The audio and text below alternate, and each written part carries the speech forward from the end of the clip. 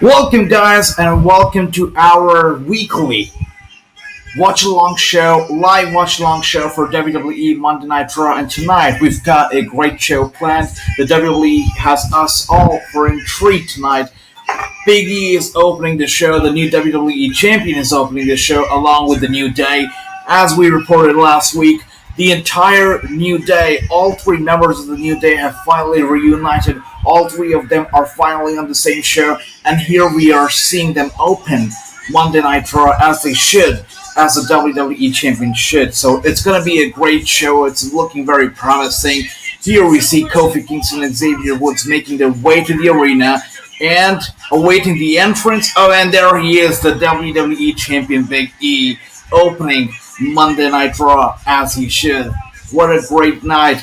And we've got a great main event where the Bloodline is going to be facing the New Day. So it's going to be SmackDown versus Raw, and it's being reported that tonight is actually an experiment. It's an experiment to see if the viewership goes up. And if the viewership does go up, what's going to happen is we're going to be seeing a lot more crossovers. We're going to be seeing a lot more stars switching brands from SmackDown to Raw and vice versa. So it's going to be a great night. If the viewership goes up, we can expect Roman Reigns and the Bloodline to make a lot more appearances on Raw, and we can expect a lot more Raw stars to appear on SmackDown. So it all depends on tonight. It all depends on tonight's viewership. If it goes well, we're going to be seeing a lot more brand crossovers. And speaking of brand crossovers, we've got the WWE draft planned for early October. So that's going to be something interesting too. And who doesn't love brand crossovers? People love when people switch brands and show up on other brands.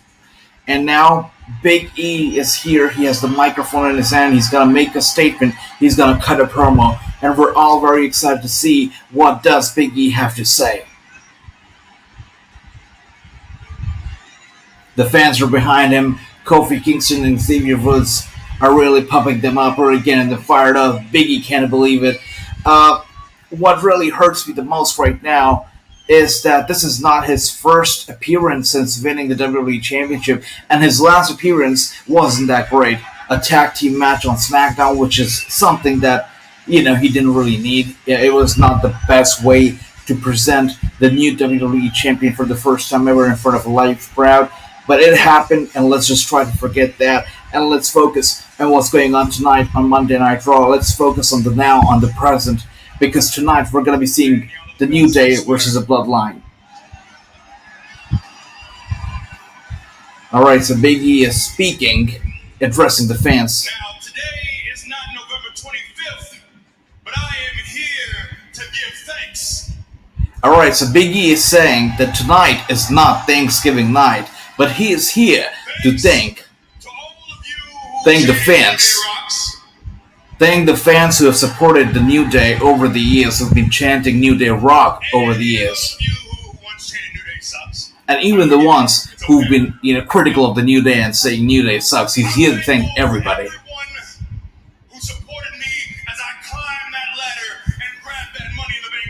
Big E is showing appreciation to everybody who supported them and supported Big E and wanted him to win the Money in the Bank briefcase.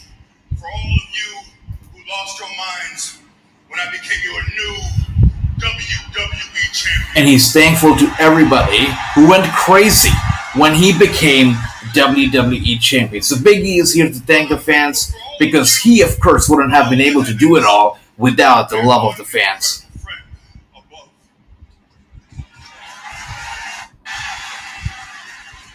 I'm grateful for all of you below the heavens and one incredible friend above.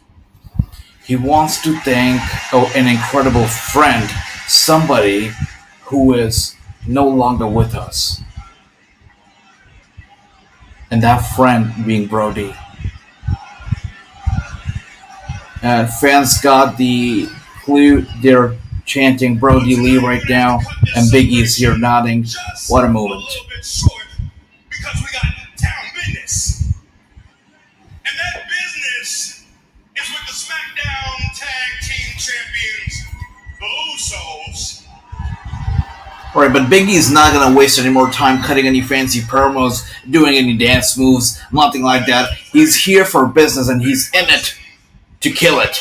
He's here to address the Bloodline, he's here to address the Usos, and he's here to let them know that he's ready. He's ready for all of them, and he's not afraid. Big E is here, he's just addressing the Usos, Roman Reigns, he's not afraid to take their name. It shows that the New Day is ready for Big E. And hello to all of our viewers who are tuning in right now. It's good to see all of you. And if you're new to wrestling news, make sure to check out our channel. We've got exclusive interviews from wrestlers from all across the globe, including wrestlers currently signed to the WWE, Impact Wrestling, ROH, and more. Make sure to check out wrestling news on YouTube as well as on Instagram. And let's divert our attention back to Monday Night RAW, where fans are really getting behind the New Day. They're chanting for New Day. And what is that? We see, alright, so we're seeing an appearance from what it seems like the Bloodline. The music has just hit.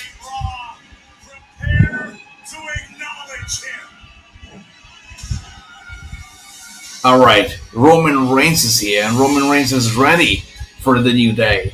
Roman Reigns tonight is not at his home. He is not in his house. Tonight, he is a guest on Monday Night RAW, and I hope that he better behaves tonight as he's a guest on Raw. And here he is with the white Bloodline t-shirt, looking as fresh as ever. Roman Reigns, Paul Heyman, the Uso brothers, they're all here and they're all ready. The Universal Champion and the WWE Champion face to face. What a movement.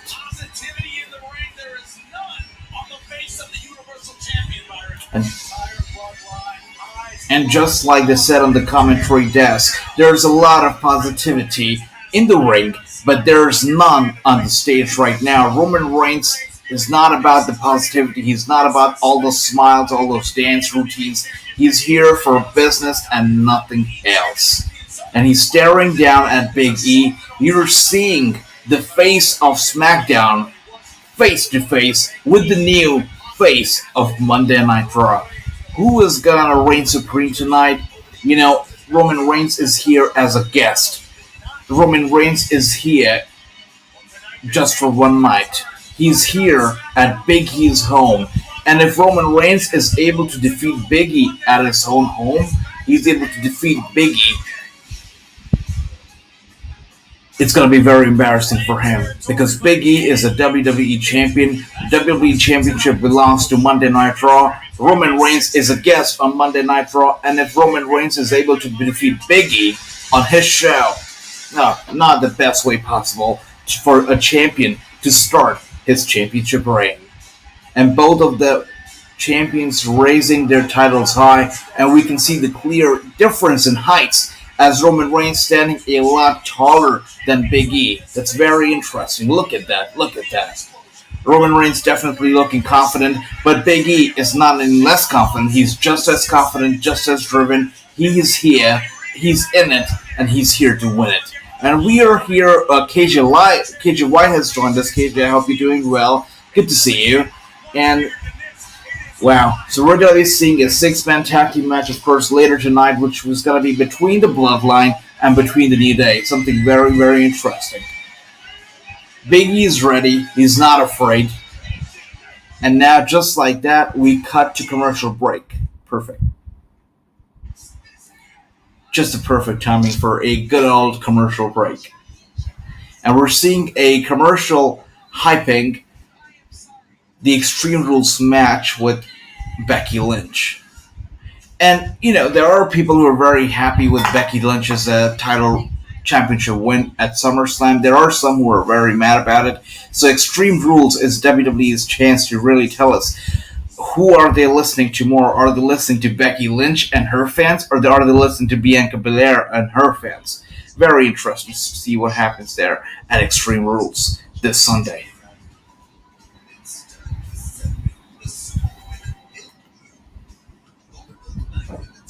And if you haven't checked us already, make sure to subscribe to our YouTube channel as we are having exclusive interviews with wrestlers from across the globe.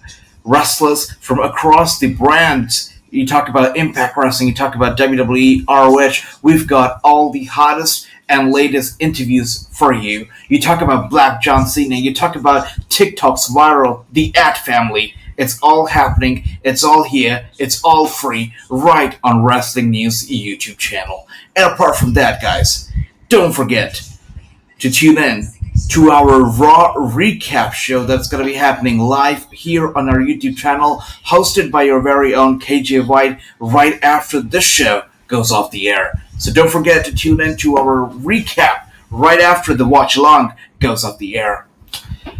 And another Extreme Rules commercial there. It's going to be a very extreme Raw in itself. I mean, the fact that we're having the Bloodline and the New Day main event Monday Night Raw in itself proves that tonight's Raw is no joke. Tonight's Raw is an experiment for WWE to see if what they're doing is working out or not. It's an experiment for WWE to really know if this cross-brand division works or not. They want to know if bringing in stars from SmackDown to Raw or bringing in stars from Raw to SmackDown would work and would help them increase their viewership. As I said earlier, if tonight works, if tonight's experiment works, and if it really helps them with the viewership increase, we're going to see a lot more cross-brand stuff happening. We're going to see a lot of SmackDown stars making guest appearances on Raw, and a lot of Raw stars making guest appearances on SmackDown. So tonight is sort of an experiment, and we are all in for it. It's exciting, nonetheless. And the commercial break's still going on. It's definitely a very interesting, a very exciting night. We're going to be seeing a lot more. And along with Raw, tonight, WWE has also asked us to vote for The Miz, who's also competing at Dancing with the Stars with a partner. So WWE wants you to get your phones out, they want you to dial a number, and they want you to vote for The Miz to win Dancing with the Stars during Monday Night Raw tonight. So while you're watching Raw, if you like The Miz, check out WWE's Instagram or their Twitter, as they really want you to vote for The Miz. Very interesting.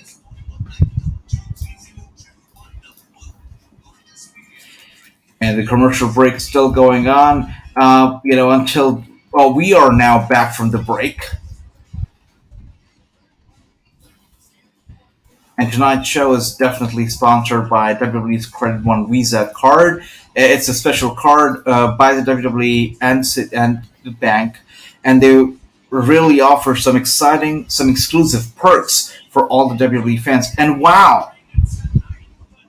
A match that we thought would be the main event is actually opening Monday Night Raw. The New Day and the Bloodline are actually opening the show. This is something, wow.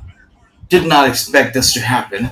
So the New Day and the Bloodline are opening. The Bloodline are looking dominant. They're looking extremely confident as the match begins. What an embarrassment would it be for the New Day to lose this match, if they were to lose this match. I mean, the Bloodline is their guest. The Bloodline is making an appearance at their house. And for the New Day to lose in their house itself, lose to the guest at their place, would be very embarrassing. So they cannot afford to lose tonight, especially tonight being the first ever Raw since Big E's title win last week. The Uso brothers definitely very agile, very extremely ready for this, but Kofi Kingston, being the veteran he is, also is ready for all the moves and to counter them. Kofi Kingston more than ready. He's still in control. He's in for the tag. He tags Xavier Woods. Xavier Woods now in the ring. A little double team there. And Kofi Kingston, alright, I think he's done. He's going to be headed outside of the ring. Xavier Woods with a little dive there. The Uso brothers, of course, they're not going to give up so easily. After all, it is the Bloodline. The Big E, the WWE Champion Big E is here. And Big E is looking quite relaxed. He's looking like he's in control. He's not concerned at all about this. He knows he's in it to win it. Xavier Woods now with the tag again. Dive to the elbow. Jimmy Uso is in clear pain. He definitely wants to tag in one of his buddies. Definitely wants to tag in Jay for sure.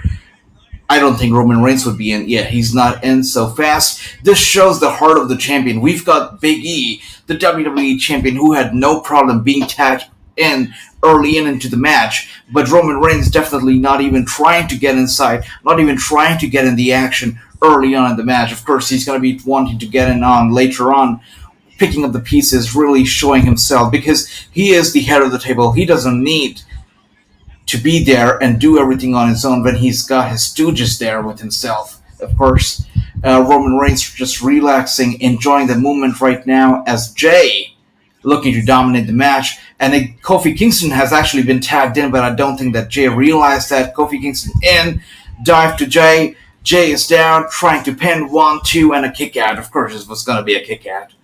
So Big E looking a bit concerned right now, but he doesn't have to be because Kofi Kingston is still in control.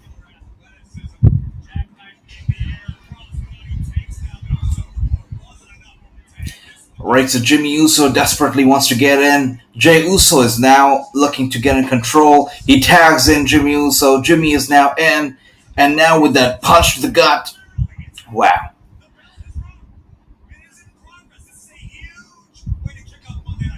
This is really a crazy way to kick off Monday Night Raw. I mean, when the show opened, when these people came in, I was expecting a little promo battle. I was expecting a little hot mic session with Big E and with Roman Reigns and with the Bloodline and with the New Day exchanging words. But instead, we went to commercial break, and when we came back from commercial break, all these 6 men were ready in the ring, and they were ready to get to each other. They were ready for a war, and we opened Monday Night Raw just like that with a main event caliber match between the Bloodline and the New Day. The fact that this incredible hyped match is opening Monday Night Raw really makes me wonder, what do they have in store for the rest of the night? What do they have in store really for the ultimate main event of the night? Because the opener in itself is incredible. It's no less than a main event.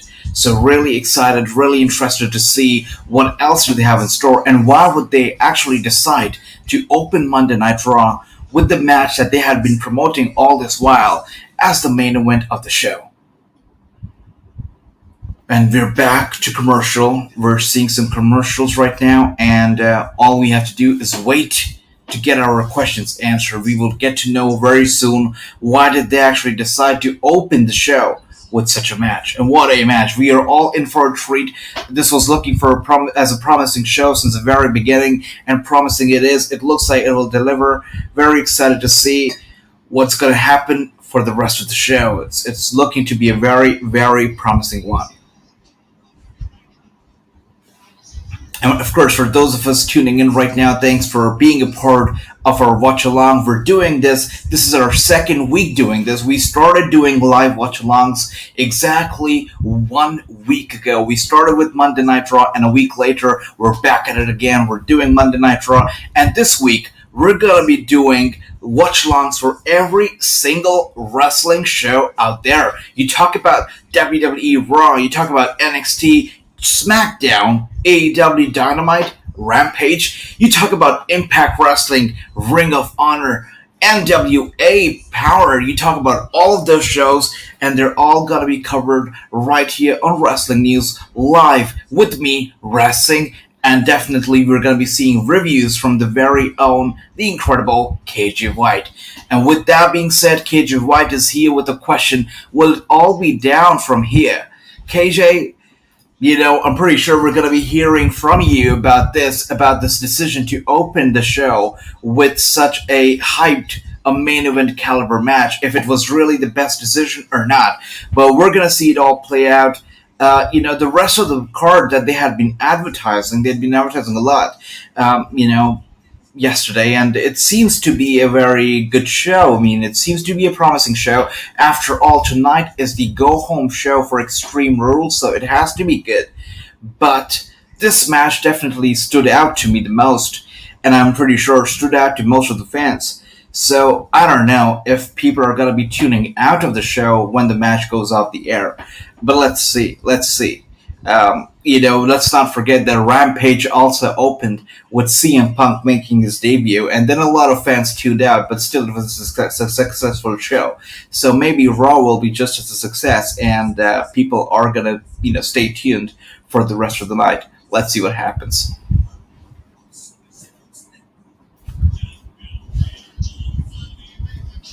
The commercial breaks are definitely long.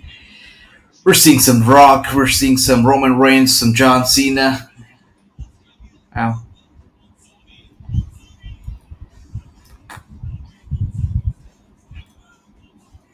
So, are you guys excited for Extreme Rules? If you ask me, if I were to think about if I'm excited about Extreme Rules, I definitely am. Extreme Rules has been one of those pay per views that I've always looked forward to. It's been a good pay per view so far, but I'm not a very big fan. If you talk about the production, not a very big fan of the colors, purple and the minty green that they have going on. Not a big fan of that. But I understand Halloween's right around the corner. They want to get in the theme, so it's understandable from a business perspective. But not a very big fan of those colors for sure. And we're back from the commercial break, and Roman Reigns did get in on the action. He did throw Kofi Kingston across the commentary desk, and the Uso brothers, the Bloodline, are now in control again. Kofi Kingston trying to get some little control. He did throw Uso out of the ring. Big E now desperate to get in, desperate for the tag, desperate for the hot tag, if I may. Kofi Kingston really crawling to the corner of his friends, really trying to get in. Is he going to be able to make the hot tag? The Uso brothers did it before him. Jimmy is now in with a kick to Xavier Woods. Big E he can't believe it. He's angry, he's furious, he wants to get in.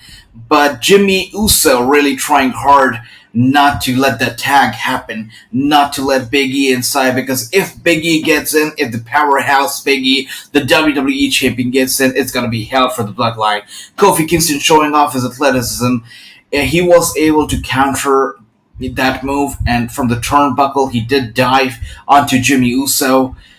And now it looks like he's going to be able to tag in the powerhouse, the WWE Champion, Big E, and it's not going to be a very pretty sight. Looks like Jimmy Uso also just tagged in Roman Reigns, and alright, Big E and Roman Reigns are now together in the ring, face to face. The WWE Champion, the Universal Champion, the crowd, the fans in the audience, they are on their feet. They can't believe it. This is Survivor Series come very early. And now they're trading punches back and forth. Big E, now Roman Reigns. Again, Big E with another punch. Roman Reigns Big E with the dodge. And belly to belly suplex. Roman Reigns is down. Big E with another belly to belly. Roman Reigns down again. This is what happens when you come to Big E's house with a third belly to belly. And Big E is in total control. He's the WWE Champion, Raw's Champion. Roman Reigns is on Raw right now, and he's really feeling the effect, really feeling that this is not his house, this is Big E's house. Roman Reigns with the rock bottom. As KJ said, I don't care what you call it, I'll call it the rock bottom. Roman Reigns with the rock bottom to Big E. He's down 1 and 2, a kick out from Big E. And Roman Reigns, of course, really proving to everybody why the Bloodline is the Bloodline, why the Bloodline has been the most dominant faction in recent history, especially on Friday Night SmackDown. Roman Reigns is looking to make Raw really understand, really get to know himself. Raw really acknowledge him as the champion. With a Superman punch, fails. Big E with another, he's down again. Big E is...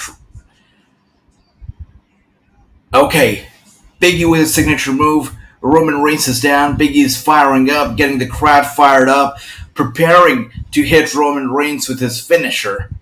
Let's see if that's going to be successful.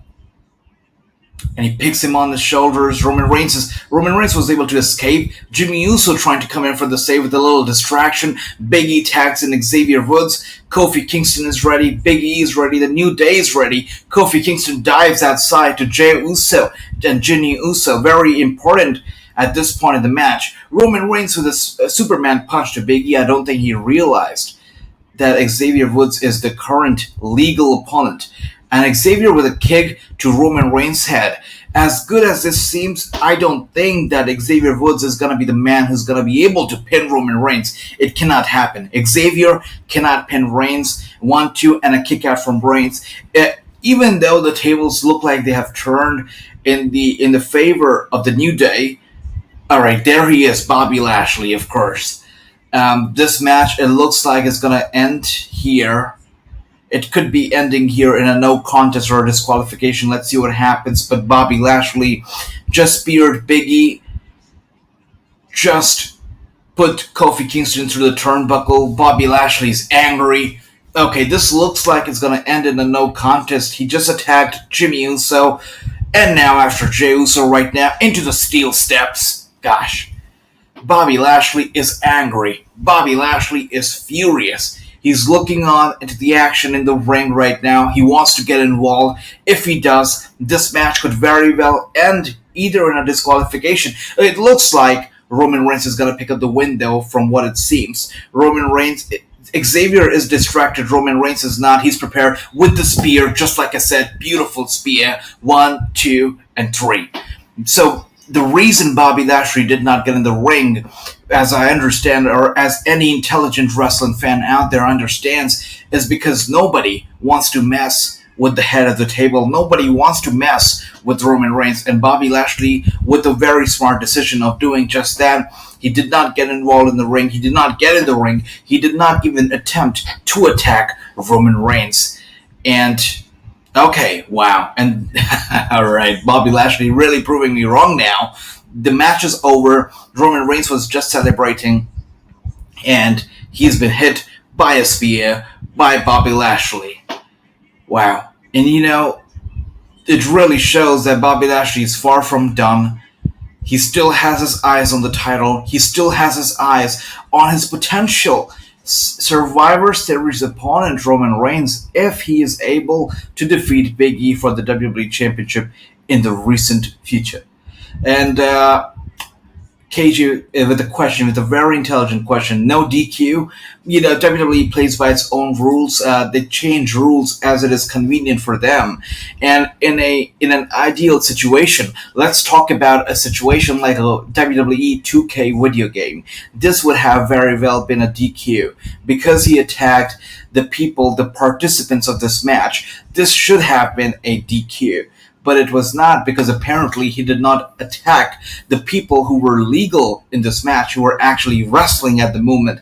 Since he did not attack any of them, the referee did not care him about attacking, Jimmy and Jay and Xavier and Kofi. Did not care about that at all. All he cared about were the legal participants of this match, and since he did not attack him, this did not end in a DQ. Very weird, definitely.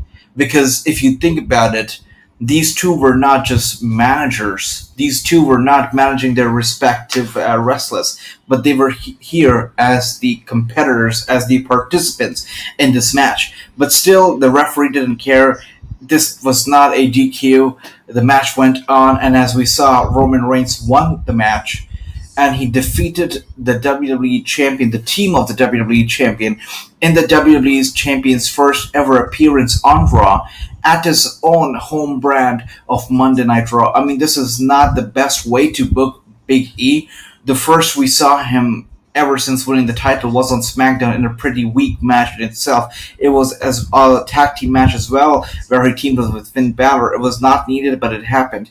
And now we're seeing him again in a tag team match, the match that opened the show. And he lost once again and, did not look very strong, as a champion should, at least. So not a very amazing booking, I would say. It was not the best, not the greatest booking. It was actually a kind of sort of a booking that would have me a little concerned right now. I don't know how are they going to plan the rest of the feud, the rest of the reign of Big E as the WWE Champion, if they can't even book him properly on his first ever Raw appearance ever since winning the championship. So it's a little concerning to me. But let's see what happens. But right now, if you were to ask me if I'm happy with this booking so far, and it's actually less than a week now, because it hasn't been 2 whole weeks. There are still a few hours to go for it to be a whole week. But if you were to ask me right now, I would say no, I'm not happy with this booking because the SmackDown appearance was a fluke. It was unexplained. It was not needed. It still happened. The Raw booking right now, weird as hell. But they wanted to make Roman Reigns look strong. I believe. Um, he's already achieved a lot on SmackDown, which is why the draft is taking place essentially because he's out of opponents. He needs new opponents. He needs new feuds, and that's why he needs new people on the SmackDown brand. But to make him look strong, I believe that could have been the only reason why Roman Reigns here picked up the win on Monday Night Raw. Who knows? Maybe Bobby Lashley will be drafted to SmackDown next week or whenever the draft is taking place. Maybe he will be drafted to SmackDown and he will continue this feud against Roman Reigns on the blue brand. And I don't expect Roman Reigns to be losing his Universal title anytime soon. I do not. Even if Bobby Lashley does go to SmackDown, I expect him to lose to Roman Reigns. He's not dropping the title anytime soon. He's been champion for so long. He went through pay-per-views, so many pay-per-views as champion. You talk about WrestleMania, you talk about, Royal Rumble, you talk about all these great pay-per-views. Roman Reigns has been able to hold on to his title for so long. He just can't drop it anytime soon now. I don't even expect him to drop the title until at least a Royal Rumble. It would be very, very unlikely for him to do that.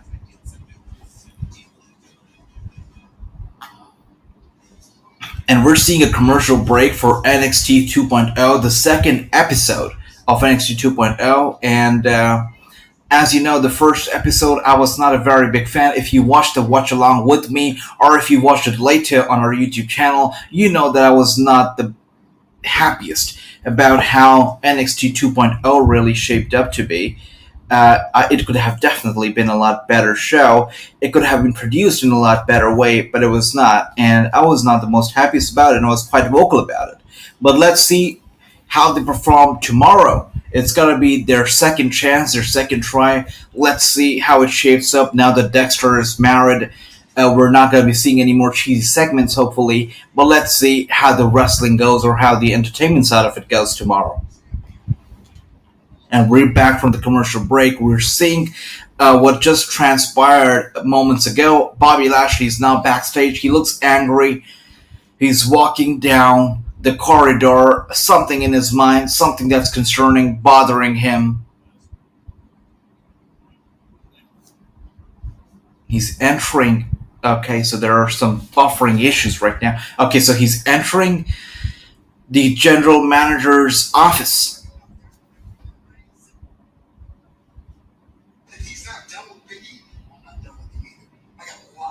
So Bobby Lashley saying that he's not done with Big E.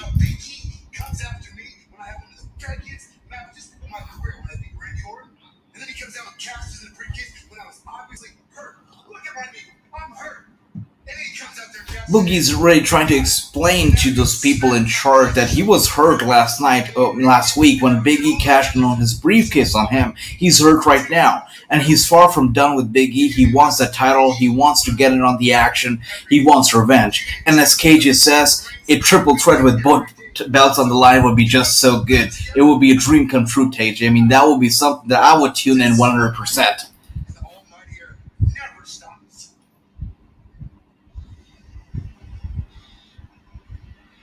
So Bobby Lashley wants the Almighty Era to continue. The guys in charge, Sonya Deville, had nothing to say at all. So that segment was quite a...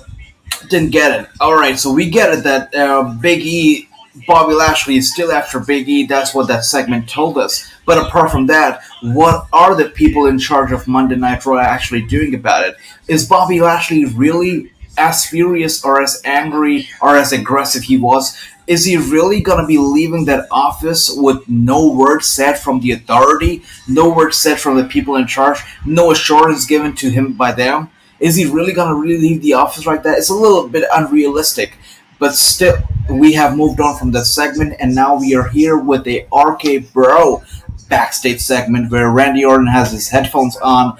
Matt Riddle is trying to explain something to him. I'm not sure if Randy Orton's listening, but yeah, he's definitely listening right now.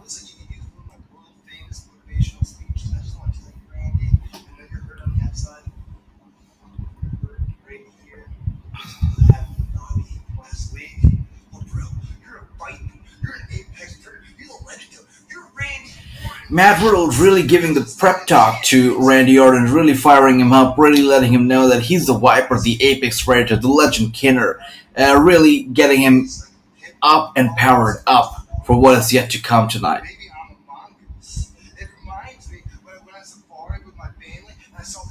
I was a very big fan of Matt Riddle. I mean, I really appreciated the uniqueness and the originality that he brought with him. But right now, after seeing him do this RK Bro stuff for a while, I'm really annoyed by him. I do not like Matt Riddle a lot. As I hate to say this, but I'm not a great admirer of RK Bro. I feel like Randy Orton does a better job on his own in his solo run. I know that he's trying to put Matt Riddle over with this whole RK Bro tag team, but I'm still not the biggest fan. I find our Matt Riddle a bit cheesy now, unlike I did earlier, but yeah, definitely not my favorite tag team on the roster right now, but at least Raw has a real tag team and real tag team champions now, and now we know who the tag team champions are, unlike a few months ago, where the tag team championship on Raw was kind of lost, and we did not even know who the champions were. It was hard to remember them because they were all so generic. So they've done a good job at bringing back some importance to the tag team championship, but still not my favorite tag team in the world. Alright, so Eva Marie is now here, and I'm not sure if this is a time for a bathroom break or should we just stay on for this match. But Eva Marie is here nonetheless, and let's see what does she have to say, or what does she have to do. Encountering some streaming issues here. Okay, so Eva Marie trying to... Yeah, there are some streaming issues going on. So when there are no issues, there's a commercial break. When there's no commercial break, there are some issues. I know, William. Eva Marie is here, and I'm having some streaming issues right now, and this is the perfect time to have had them. Alright, no streaming issues now.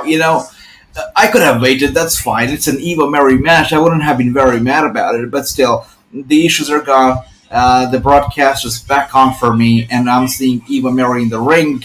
I'm going to try as much as I can to be interested and concentrate on this match as Eva Marie blows a kiss to the audience. I mean, if she really wants to blow a kiss, why wouldn't she blow it to the camera and get some fans behind her? But still, she decided to blow it to the fans in the attendance, and I guess that's okay.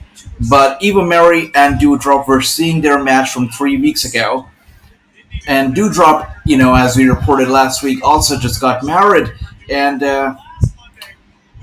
I hope that, she's doing well and she's ready for this match against Eva Marie. Is she wrestling her tonight? I don't know, but let's see.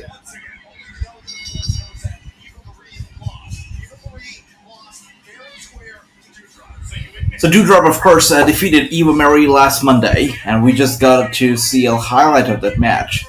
Alright, so we're seeing Doudrop versus Eva Marie yet another time tonight. And we saw this match 3 weeks ago. We saw this match last week. We're seeing it again tonight. Wow. Huge drop-off from last match. Definitely. Yeah. And another commercial break. Just like that. It's very smart to put a commercial break before an Eva Marie match because they know that the fans are not going to go anywhere. They're going to stay tuned. They're going to stay hooked for an Eva Marie match. And they're just going to stay tuned in because they don't want to miss a second of the match. So it's very smart to put a commercial break right before an Eva Marie match for sure. Very exciting.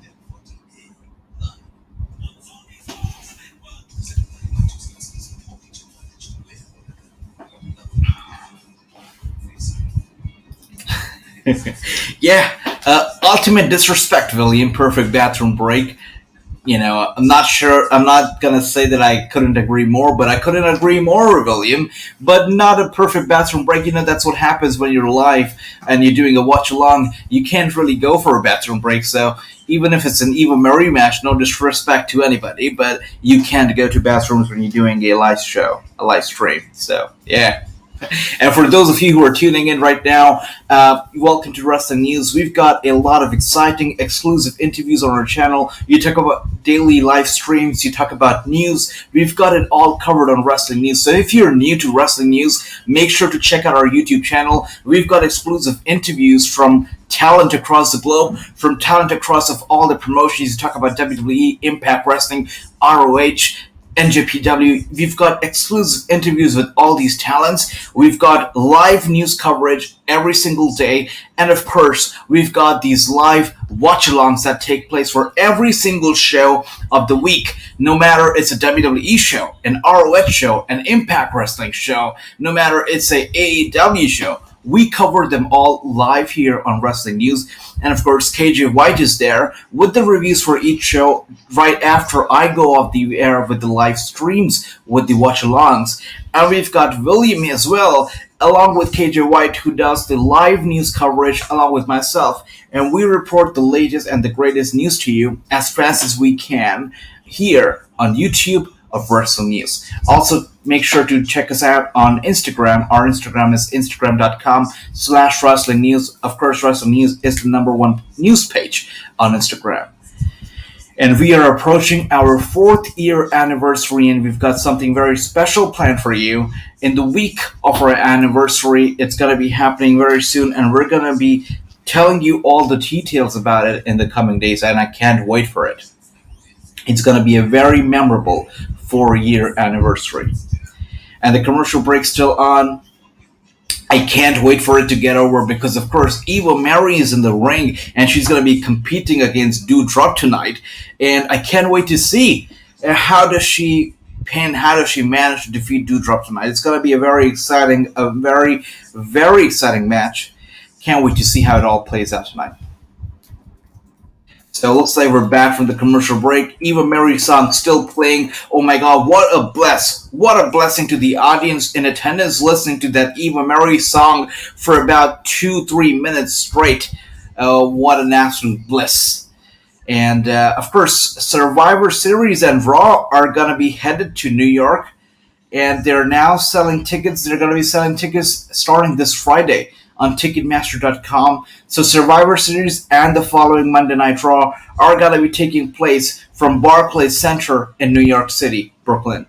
So if you are in the tri-state area, if you're in New York, make sure to check the tickets out on Ticketmaster.com starting this Friday. And Doudrop is now entering the ring. She looks happy. She looks confident. Of course, why wouldn't she look confident? I mean, she's already defeated Eva Marie fair and square last week. She did it 3 weeks ago, so there is no reason for Doudrop to not be confident. As she heads to the ring, she's dancing, she's happy. Of course, she's in a bit of a honeymoon phase after just getting married last week, so yeah, look at her go. Yeah, she's definitely happy and, isn't afraid at all. But Eva Marie is annoyed. Doudrop was a former stooge of hers. And Eva Marie, with the microphone in hand, she has something to say before she faces Doudrop.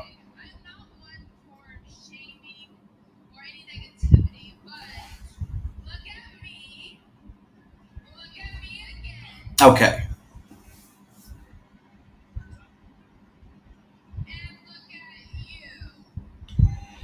So so Eva Marie is definitely playing the bully right now.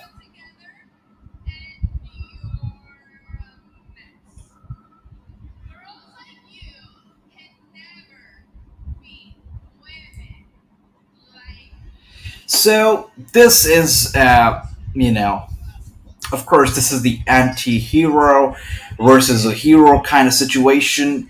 I understand the point behind such matches. Of course, we're seeing Eva Marie, who's in a great shape. Definitely, she's a model, she's whatnot, and we have Doudrop, who's a plus-sized shape, of course, and she's a tremendous professional wrestler, as we know, and Eva Marie just said that she's not about shaming, which means body shaming, but she just had to say that look at myself and look at yourself, and you can already tell who's the better wrestler.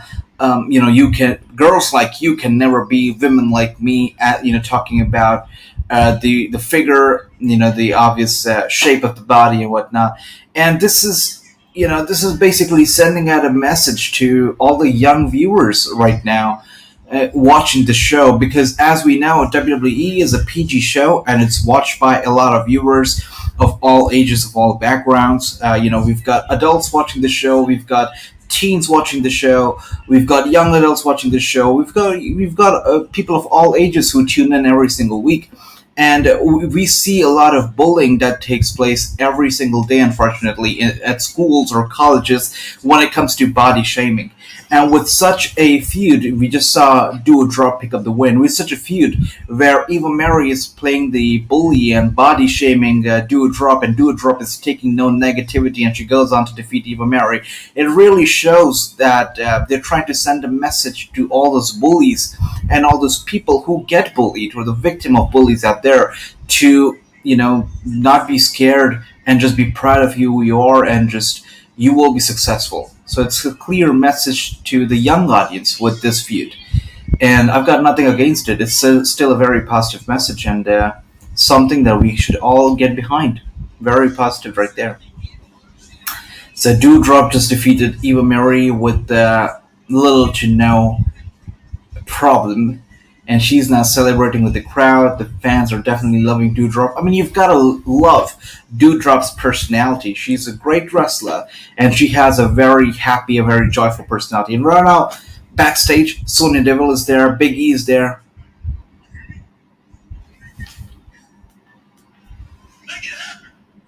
Big E is not afraid. He is a fighting champion, and he just told Sonya, make it happen. And of course, I'm not the biggest fan, and I say this a lot of times, I'm not the biggest fan of Sonya Deville in the authority figure and the guy who stands with her all the time.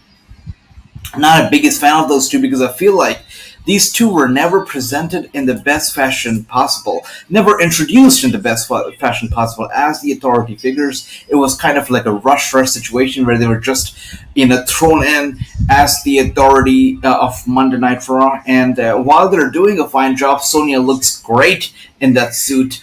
I don't think that they are authority enough to be the authority, and I cannot compare them to any other general managers of the past.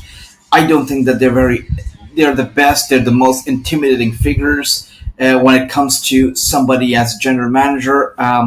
We just saw Bobby Lashley, really get aggressive with them, really, shouting at them, and they could say nothing. We saw the similar situation with Big E getting really mad at them, kind of angry, just, instructing them, asking them to make it happen, while they could say nothing in both situations. So I'm not the biggest fan of Sonya Deville's work as an authority figure, but it is what it is, and we have her as the authority figure, and I hope that they're able to make a call.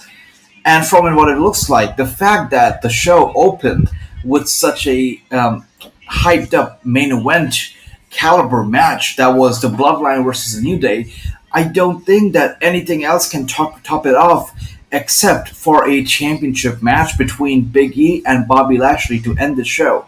So I do believe that for the main event of Monday Night Raw, we're going to be seeing Bobby Lashley take on the new champion, Big E, in a championship match as the main event of Monday Night Raw. And as a prediction, I feel like the result of that match, if that match is taking place, and I do believe it's going to take place, I feel like the end of the match is going to be something like Big E will win, because he's been booked poorly for the past two matches, and I feel like this is going to be his moment. He's going to be booked properly for sure now, and he's going to win the championship. He's going to retain the championship, and that's how his reign is going to truly begin. So let's see what happens. But right now we're seeing Randy Orton in the ring, Matt Riddle in the ring, as they prepare for their match against AJ Styles. So it's going to be Randy Orton versus AJ Styles. Of course, Randy Orton is going to have Riddle in his corner. AJ Styles is going to have Omos. And it looks to be it sounds like a good match. I mean, whenever you've got AJ in the match, it's destined. It's supposed to be a good match. And with Randy and AJ, of course, we all remember how their feud was and how long it was and how elaborate and good it was. So this match should be equally as good, if not short due to an interference of some sort, but this match should be good. Well, E just got in to the office and he just said, "Make it happen, make it happen," and he did not let Sonia or her guy say anything, and they were kind of speechless, And then we cut to the ring where Randy and Matt Riddle were making their entrance. So we don't know if what's going to happen tonight, but definitely it's going to be Lashley versus Big E for sure. Let's see what happens. But just like I said, I'm not sure about how good of an authority figure Sonya Deville is. Not sure about that. Which also kind of reminds me, since I was just speaking about, while talking about Doudrop and while talking about Eva Marie and how this feud is mostly targeted towards the younger audience, the kind of audience that goes through bullying every single day at school or college. Of course, it shows that WWE has a very diverse background when it comes to fans. They've got fans of all ages, all demographics tuning in every single week to their shows. And it also reminds me of a statement which was recently made. I believe it was made just 2 days ago by Tony Khan, the guy behind AEW All Elite Wrestling. And Tony Khan was boasting of his incredible fan base, and he said that his fan base comes from a very diverse background. And he's got fans of all different backgrounds tuning into their shows. And mostly, it's a very educated and far more educated fan base than any other wrestling promotion has. Tony Khan said that most of AEW fans are at least college graduated, college educated fans. So it's a very, I don't know, as a CEO you should be boasting of something like that, because there are a lot of people who do not, who are unable to go to college, who are unable to attend the university or pursue higher education, but they still love wrestling as much as they do. So I'm not sure if making a statement like that is great, because you are somewhat trying to be hurting. You are hurting absolutely the feelings of a few people out there, a good percentage of people out there who do not have a college degree or who did not have a chance to pursue further education, but they love wrestling and they tune in every week. So I don't know if statements like those really hurt them, or I'm sure that it wouldn't hurt a lot of them, because most of them would not even get to know that Tony Khan made a statement like that, because it was for a financial interview. So I understand that not a lot of people are going to be aware of that statement, but still, to make a statement like that, I don't know if it was the best decision. And he did not only say this, but he also said that most of the AEW fans are more financially stable and stronger than fans of any of the promotions. So let's say if you're an AEW fan, you are richer in Tony Khan's eyes than the fans of WWE or NJPW or ROH. He says that AEW fans are richer, they are wealthier than other fans out there. Not sure if the best statements were made by Tony Khan. But yeah, we're back here from the commercial break. Sonya Deville and her guy are making some phone calls.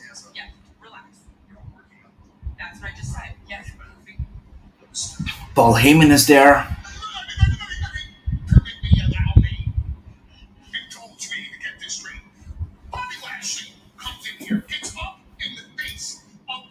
I know, the guy.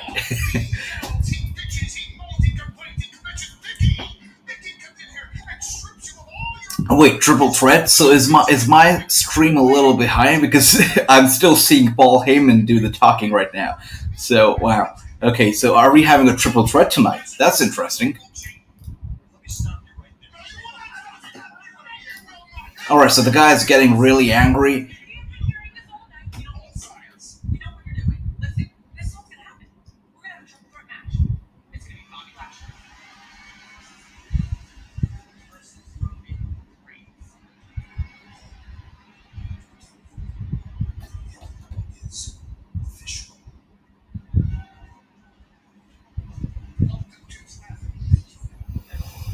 I'm not sure if Roman Reigns is going to be the happiest about this. So we are having a triple threat match between Bobby Lashley, between Big E, and between Roman Reigns later tonight. What a main event for sure.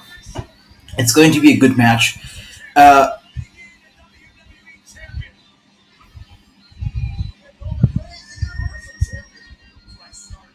but of course,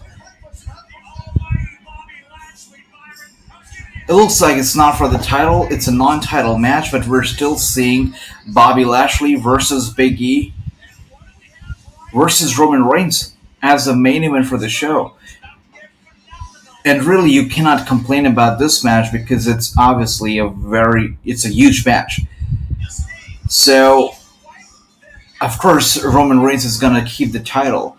But let's talk about Bobby Lashley or Big E. So one of these two men most likely are going to be meeting Roman Reigns at the Survivor Series pay-per-view in just a few months. And if it's gonna happen, tonight is gonna be a little preview, little sneak peek of that Survivor Series match that is yet to come. KJ says that Big E will win tonight, and you know, KJ, if Big E doesn't win tonight, it's gonna be a very weak start for any champion ever. To start their championship run, because Big E, after the booking last Friday, with the tag team match, after the booking earlier tonight with that tag team match, it's been a very weak start. So he needs to pick up the win tonight to really prove to himself. And I agree with you. I feel like Big E will definitely pin Bobby Lashley to pick up the win tonight, because no way Big E is pinning Roman Reigns. And I feel like it's going to be a really great back and forth tonight with between Bobby Lashley and Roman Reigns. Big E is going to capitalize on that. He's going to pin Bobby Lashley when Roman Reigns is out. That's going to have us have Big E as the winner of the main event tonight.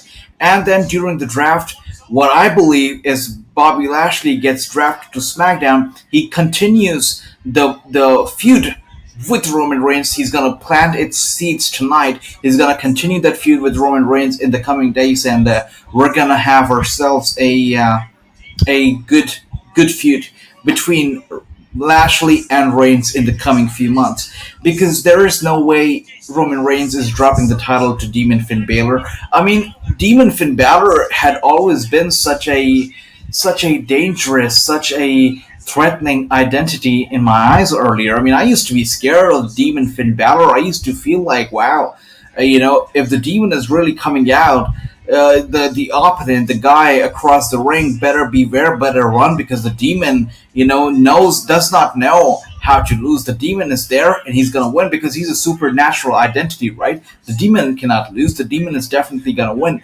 But just seeing how this match has been built up, the demon is no threat. The demon sounds like nothing in front of the head of the table right now, and the head of the table, make no mistakes about it. While the demon is supernatural, just somebody from another world, somebody in another level whatsoever, but the head of the table is still a human. And in an ideal world, the demon should have been looked very intimidating. The demon should have looked really strong, but from what we have right now, from the booking that we've seen so far, the head of the table is the one that looks supernatural and looks super intimidating. The head of the table is definitely going to win. Demon, no chance. And, of course, as I said, Lashley and Roman Reigns are going to start off their new feud once Roman Reigns is done with the demon at Extreme Rules. We're seeing a little stare down between AJ Styles and Randy Orton. Randy Orton with a little suplex, trying to cover him, kick out at one. AJ Styles definitely has a lot left in him right now, and I feel like AJ Styles and Omos is such a great tag team, but again, Omos was really introduced as the bodyguard of AJ, and then he got into the wrestling picture. He got the tag team titles. I mean, I understand that the tag team titles don't mean a lot, considering a 10-year-old won the tag team title at WrestleMania. But still, for a bodyguard to just randomly win a tag team title without even knowing if WWE officially had him sign a contract, because obviously, he appears as a bodyguard for AJ Styles. We never knew if Omos ever signed a contract with the WWE, and he randomly just won the title. So we don't know all of that. But still, he won the title, and I feel like he was not introduced very well. the only trait that I see in and we just saw a very close look at Omos' facial expression there. He doesn't look too happy. But the only trait that I see in Omos is that he's a very, very tall guy. I see nothing else. I mean, when I see him, I just want to smile because he looks really adorable. He looks really cute. He looks like he really enjoys this little kayfabe that he pulls off, this character he pulls off. But he does not look like the most intimidating guy to me. I don't know. Maybe he has a baby face. Maybe even though he's a heel, but he looks like a baby face to me. He looks like a really good guy in real life to me. So I don't know if it's the outfit that doesn't work, but I cannot see Omos as a threat. The only thing that I can see him as is a very good guy, good looking guy, a very tall guy, but not a threat. Maybe they do need to do something with his outfit, but you cannot have any tall guy or any black guy come out with gold chains and that same cliche attire, the cliche outfit, and think that he would look intimidating. Almost looks like a nice guy at the very best, but nothing else. He looks like a nice guy, not intimidating, not super threatening. He just looks like a nice guy. And AJ Styles himself is such a nice guy. I don't know. Maybe that's why I don't see Omos as a real threat. But yeah. But it is what it is. So, back to commercial break. It's been a good match. Can't complain too much. It's been a decent match. We're in for a very good draw. Of course, we did get an Eva Marie match, but keeping that aside, even the Eva Marie match sent out a good message, by the way. So I'm definitely behind that idea of an anti-bullying feud. Definitely for it. Anything that really sends out a good message, anything that helps the community, anything that helps the fans out there is a good thing. And I feel like the Eva Marie match, as short or as dreadful as it was, it did send out a good message. So props to that. Props to the creative behind it. Good stuff right there. Sending out a positive message is what we need. But it's been a solid show. The opening was good. Not the best booking in the world. The New Day lost the first match with Big E as champion. So, not really the biggest fan of that. But apart from that, it's been a decent show, and we are in it for a very promising main event, which is going to be Lashley versus Roman Reigns versus Big E. I don't think that we have seen such a very exciting pay-per-view standard match in a very, very long time, and we're just seeing it tonight, and looks very promising. Let's see what happens, though. Let's see what happens. And I'm seeing on my TV screen, I'm seeing a commercial for a MMA match, which really reminds me of Ronda Rousey. I mean, Ronda Rousey, of course, we know that she's currently pregnant, and she's about to be a mother very soon. Congratulations to the couple, but I really miss Ronda Rousey. She was great in the ring. She was the reason why I'm not a very big MMA fan. Hell, I'm not an MMA fan at all. But I used to tune in to every single Ronda Rousey match because it used to be just so good. Ronda Rousey is just one of a kind athlete. She was great in MMA. She was great in the squared circle. She gave us some very memorable matches. You talk about her debut match. You talk about, the tag team match between herself, Kurt Angle, and Stephanie and Triple H. You talk about any of those matches. They've all been so memorable. And with that match with Charlotte itself, so brutal. Unlike anything that we've seen from any women before. Just so good. So Ronda Rousey really gave us some very incredible moments in the squared circle, and I cannot wait for her to be back and really, dominate the women's roster yet again.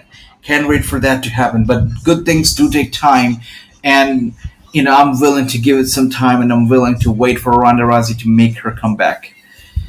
Speaking of time, so earlier today, after a year, Apple released their iOS 15 software update, which took a very long time for a lot of people to update. We've been seeing on Twitter that people had a hard time. Speaking of time, they had a hard time updating their phones to the latest update of iOS. So if you were able to update to iOS, or if you are on iOS 15 right now, let us know what you feel about the new update. It sounded very promising. I haven't tried it myself yet, but it sounds very promising, and sounds really like a good update. All right, so we're back from the commercial break, and we're seeing AJ Styles really dominating this match, going after Randy Orton's left knee, really targeting it, the weak leg right now. Randy Orton trying to crawl to the corner, crawl to some safety. AJ Styles is not here looking to forgive Randy Orton. He's here really punishing him. Matt Riddle looks, quite concerned for his bro in the ring. Randy Orton gets up to his feet, tries to push. All right, he just pushed AJ away. Okay, so AJ headfirst into the second turnbuckle, into the middle turnbuckle. He's down. He's trying to get up.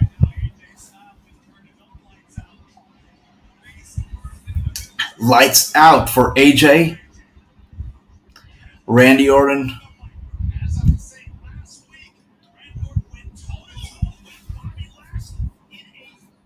Randy Orton now up to the second turnbuckle with 1, 2, 3. Okay, he could just land 3 punches on AJ Styles' head. AJ now lifts Randy up on his shoulders. Randy with another punch, 2 punches, 3, and 4. And AJ is down. Matt Riddle really cheering Randy on. Randy Orton, of course, limping, and AJ absolutely going for the weak leg right there. Randy Orton puts AJ down, tries to cover him, 1, 2, and all right, only could get to the 2.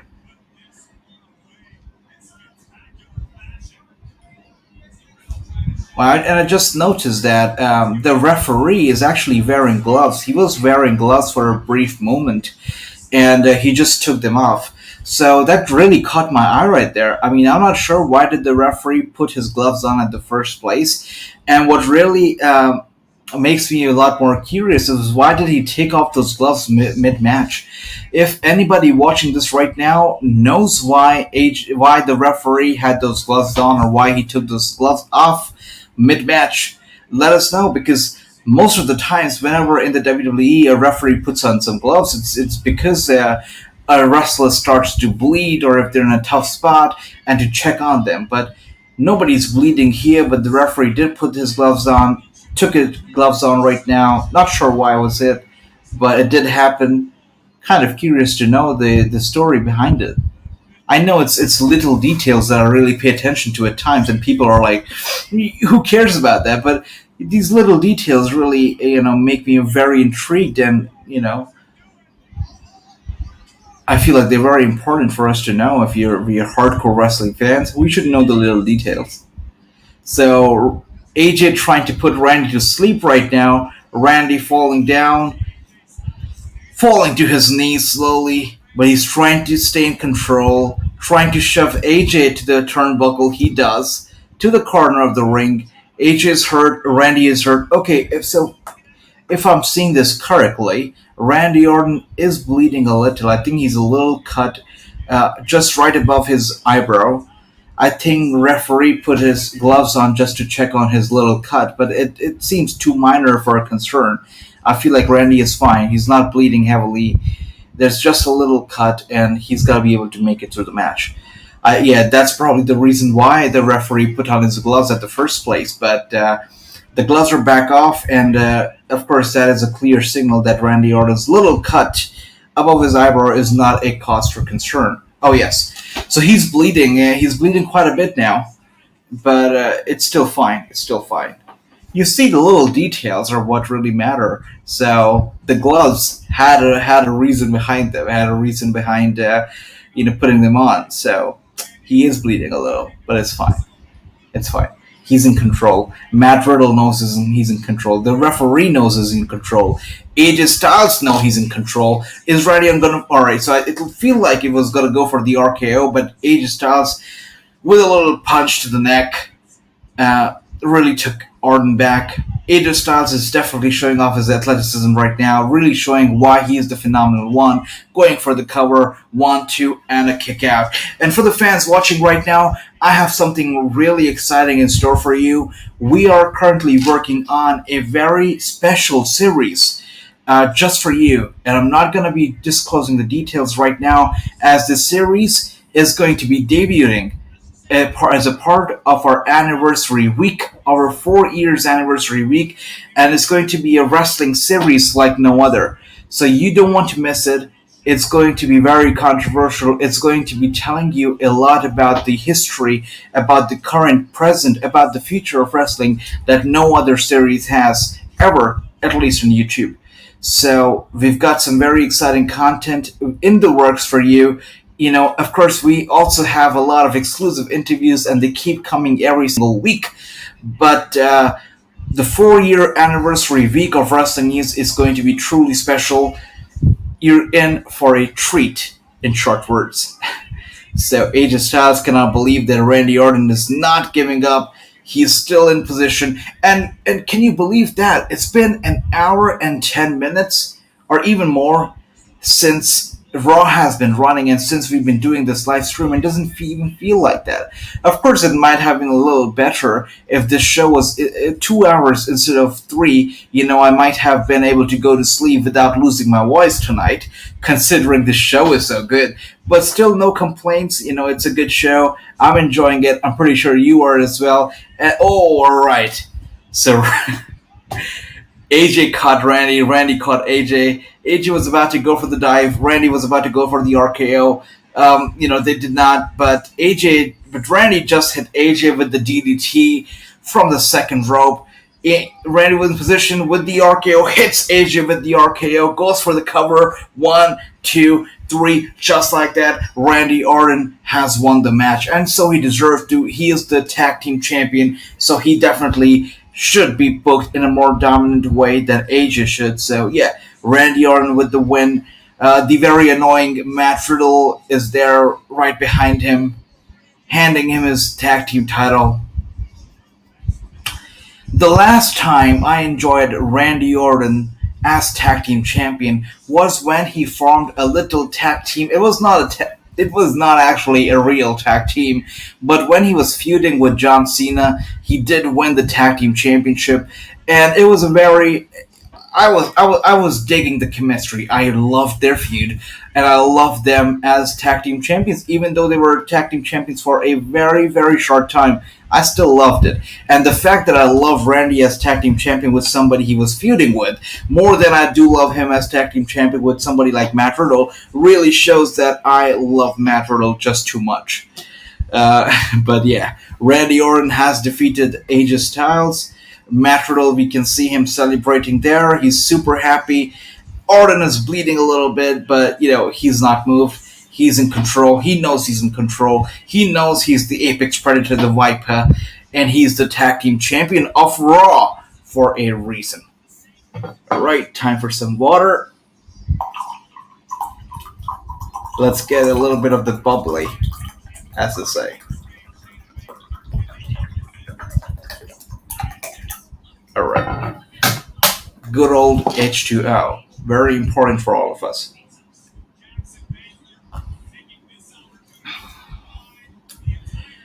Alright, so we're getting a little hype package for Nia Jax and Shayna Baszler. I mean, Shayna Baszler is pure money.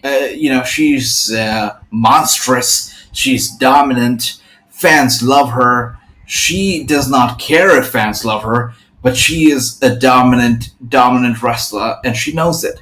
Nia Jax, on the other hand, is Nia Jax. Not a very big fan of her, but I'm glad that they're doing this little feud with Shayna and Nia so that we can really see Shayna kind of branch out and do her own thing in a solo run. And I hope that we see more of Shayna doing stuff by herself. So we're seeing a recap from 2 weeks ago where we saw a championship match between Nia Jax and Charlotte, where Shayna definitely, tried to bring Nia down with her words. And we're seeing Charlotte Flair right now, and I did get to talk to Charlotte Flair just a few months ago before her SummerSlam match, and I must say Charlotte Flair is just such a class act, a true champion, just one of the most respectful and one of the most professional. And great champions I've ever interviewed who come from the WWE. A truly great champion indeed. And speaking of class act, since I said that Charlotte Flair is such a class act, I must also say the former diva of the WWE, Maria Kanellis, is somebody you should definitely check out. She's doing an amazing job with the women's locker room at ROH, and she is a true class act in herself. So if you haven't already, check out our exclusive, very insightful interview with Maria Kanellis. It's about an hour long. It's on our YouTube channel. And that interview will really give you an insight to Maria Kanellis and really show you what an incredible champion, what an incredible professional, and a professional wrestler Maria Kanellis truly is. And we're seeing Nia Jax make her way to the ring. Of course, she's by herself, no Shayna Baszler by her side, because tonight, Nia Jax is going to be competing against her former best friend, against Shayna Baszler. Should be a good match. Because I've been rooting for Shayna. I cannot believe it, but I've been rooting for a Nia Jax tag team just because it had Shayna Baszler in it. But I can't wait to see how this match between Nia and Shayna turns on, because I really want to see Shayna branch out and do her own thing. And if this match is really putting an end to the story of Nia and Baszler together, I'm all in for it. And I really can't wait to see how this match really shapes up and shapes out and changes the course of Baszler's career, hopefully for the better. We're going to be seeing Shayna Baszler versus Nia Jax.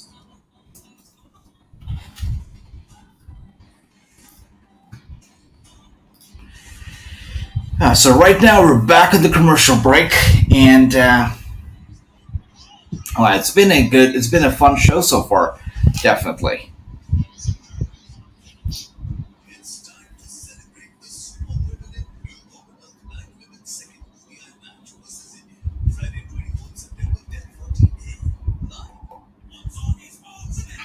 Just trying to think, what else do we have in store for tonight? Of course, we're going to be seeing Lashley versus Reigns versus Big E later tonight. But apart from that, we're also going to be seeing a few other segments or matches that are going to be exciting. I know we are in for a segment with Charlotte Flair and Alexa Bliss and Lily tonight.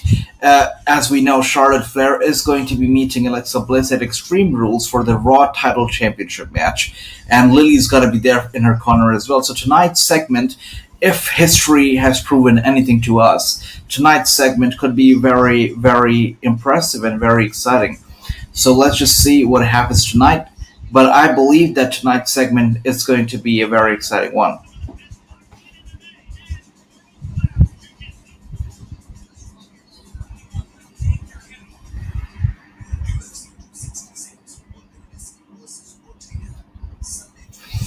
And the commercial break's still on. We are going to see Nia Jax versus Shayna Baszler up next. And I think that I know, KJ, commercials kill our wives. It does.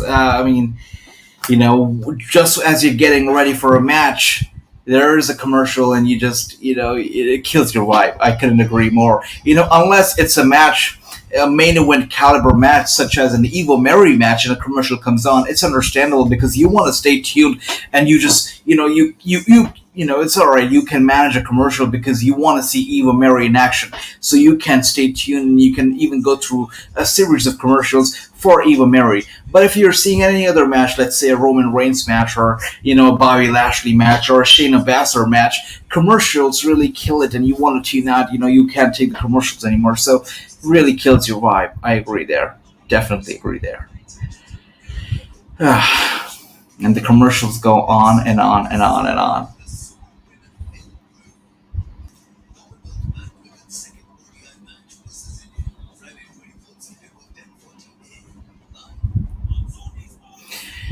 All right, the commercials are still not over, but I believe that we're back. WWE is back in broadcasting. We're seeing a little promo by the WWE community team and Connor's Cure. Of course, Connor, we know the unfortunate story of Connor, and it's actually a very emotional and very touching story. And one of the guys who was very much involved with Connor's cure was Daniel Bryan, Connor's favorite wrestler, who has now jumped ship and who has switched gears and now works for AEW. So really goes on to show what a difference a few years can make. I mean, Daniel Bryan was the head of the table, was the main event guy in the WWE just a few years ago, and was so closely related to such big causes and big moves made by the WWE, but he couldn't care less, and he's left the company for apparently a better creative, a better team, and better wrestling promotion that is All Elite Wrestling. So Brian Danielson, he is again now, and the American Dragon. You can catch him on AEW this Wednesday, and as he's going to be competing against Kenny Omega in a dream match this week. And Shayna Baszler and Nia Jax are here. They're face to face. Shayna looks more than ready. She looks as intimidating as ever. She looks great.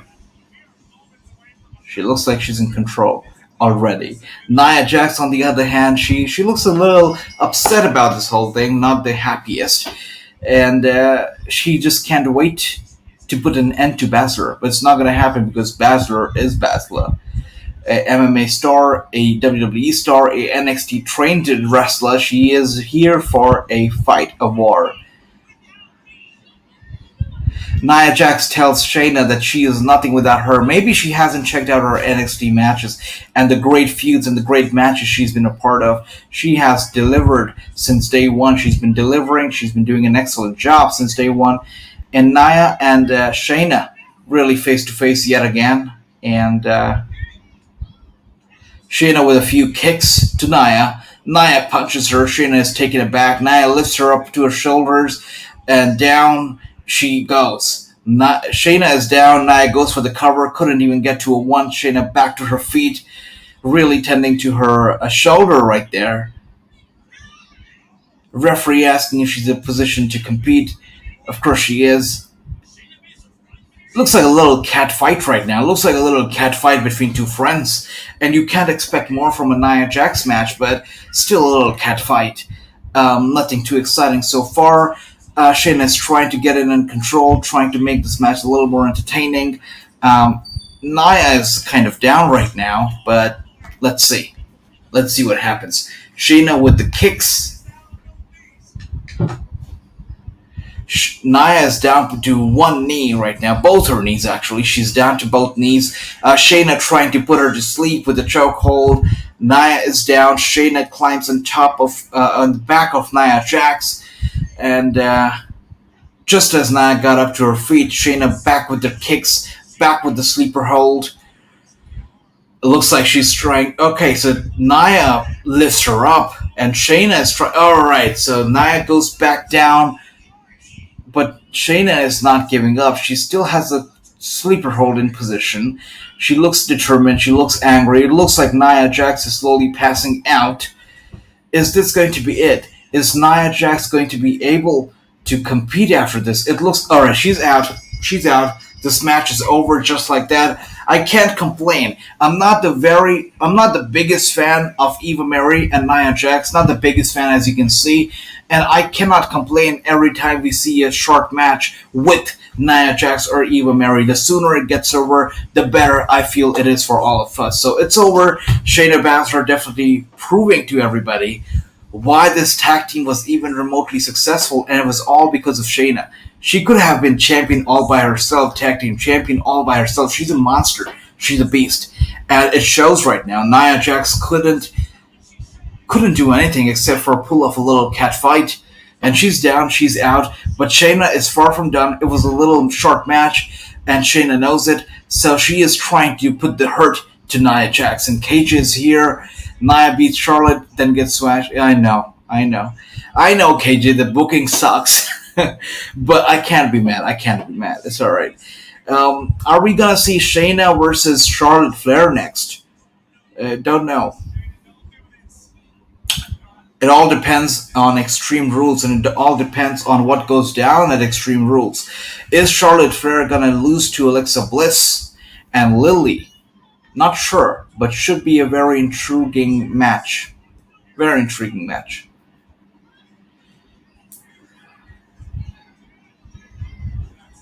Alright, it looks like Shayna Baszler is finally done with the torture. Oh, she's not.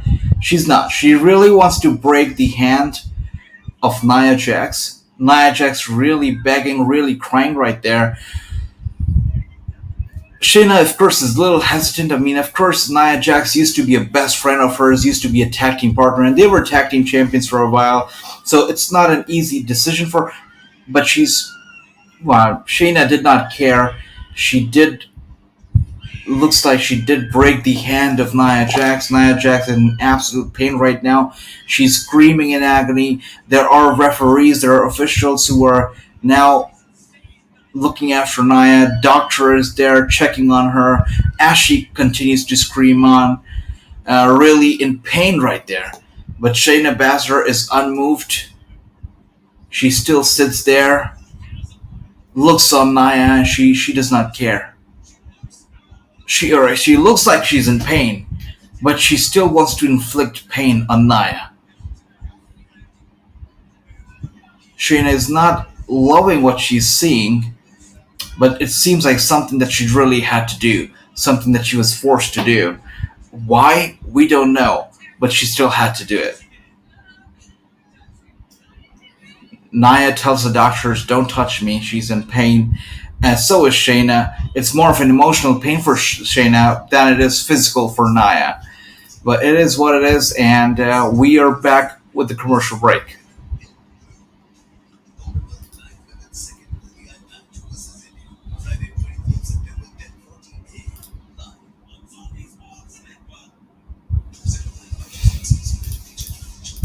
And we're back with the commercial break, and all we can do is wait right now as the action will continue after the commercial break.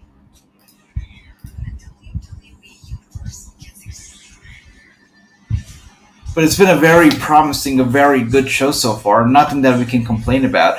And if you know, I love to complain. I love to be critical because I demand better shows. I love my wrestling, and I'm not afraid to tell the people about it. But this show has been good. I have no complaints so far. It's been a good show, and I can't wait to see what happens next. Good show so far. And thanks to all of you for tuning in. It's been a pleasure. It's been an honor doing this for you so far, and can't wait to see what happens next on the show.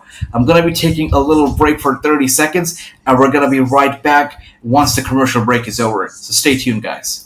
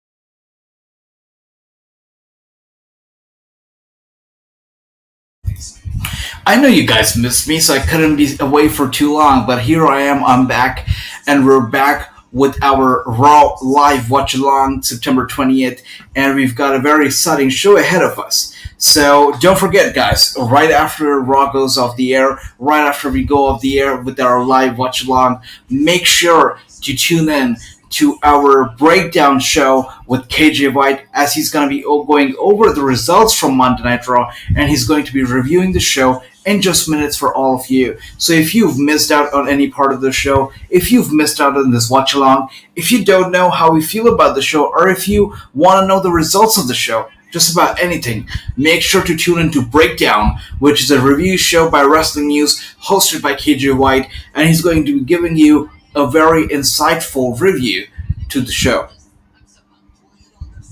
And we are seeing a commercial from American Ninja Warrior. It looks like Eva Marie is competing on the show. What is she doing there? Alright, so of course Ninja Warrior is airing on Peacock, and it feels like Eva Marie was there to do a little promotion, a little cross promotion for one of Peacock's shows. That is American Ninja Warrior. And speaking of American Ninja Warrior, we've got Casey, who is in NXT right now, who's doing a tremendous job as a professional wrestler.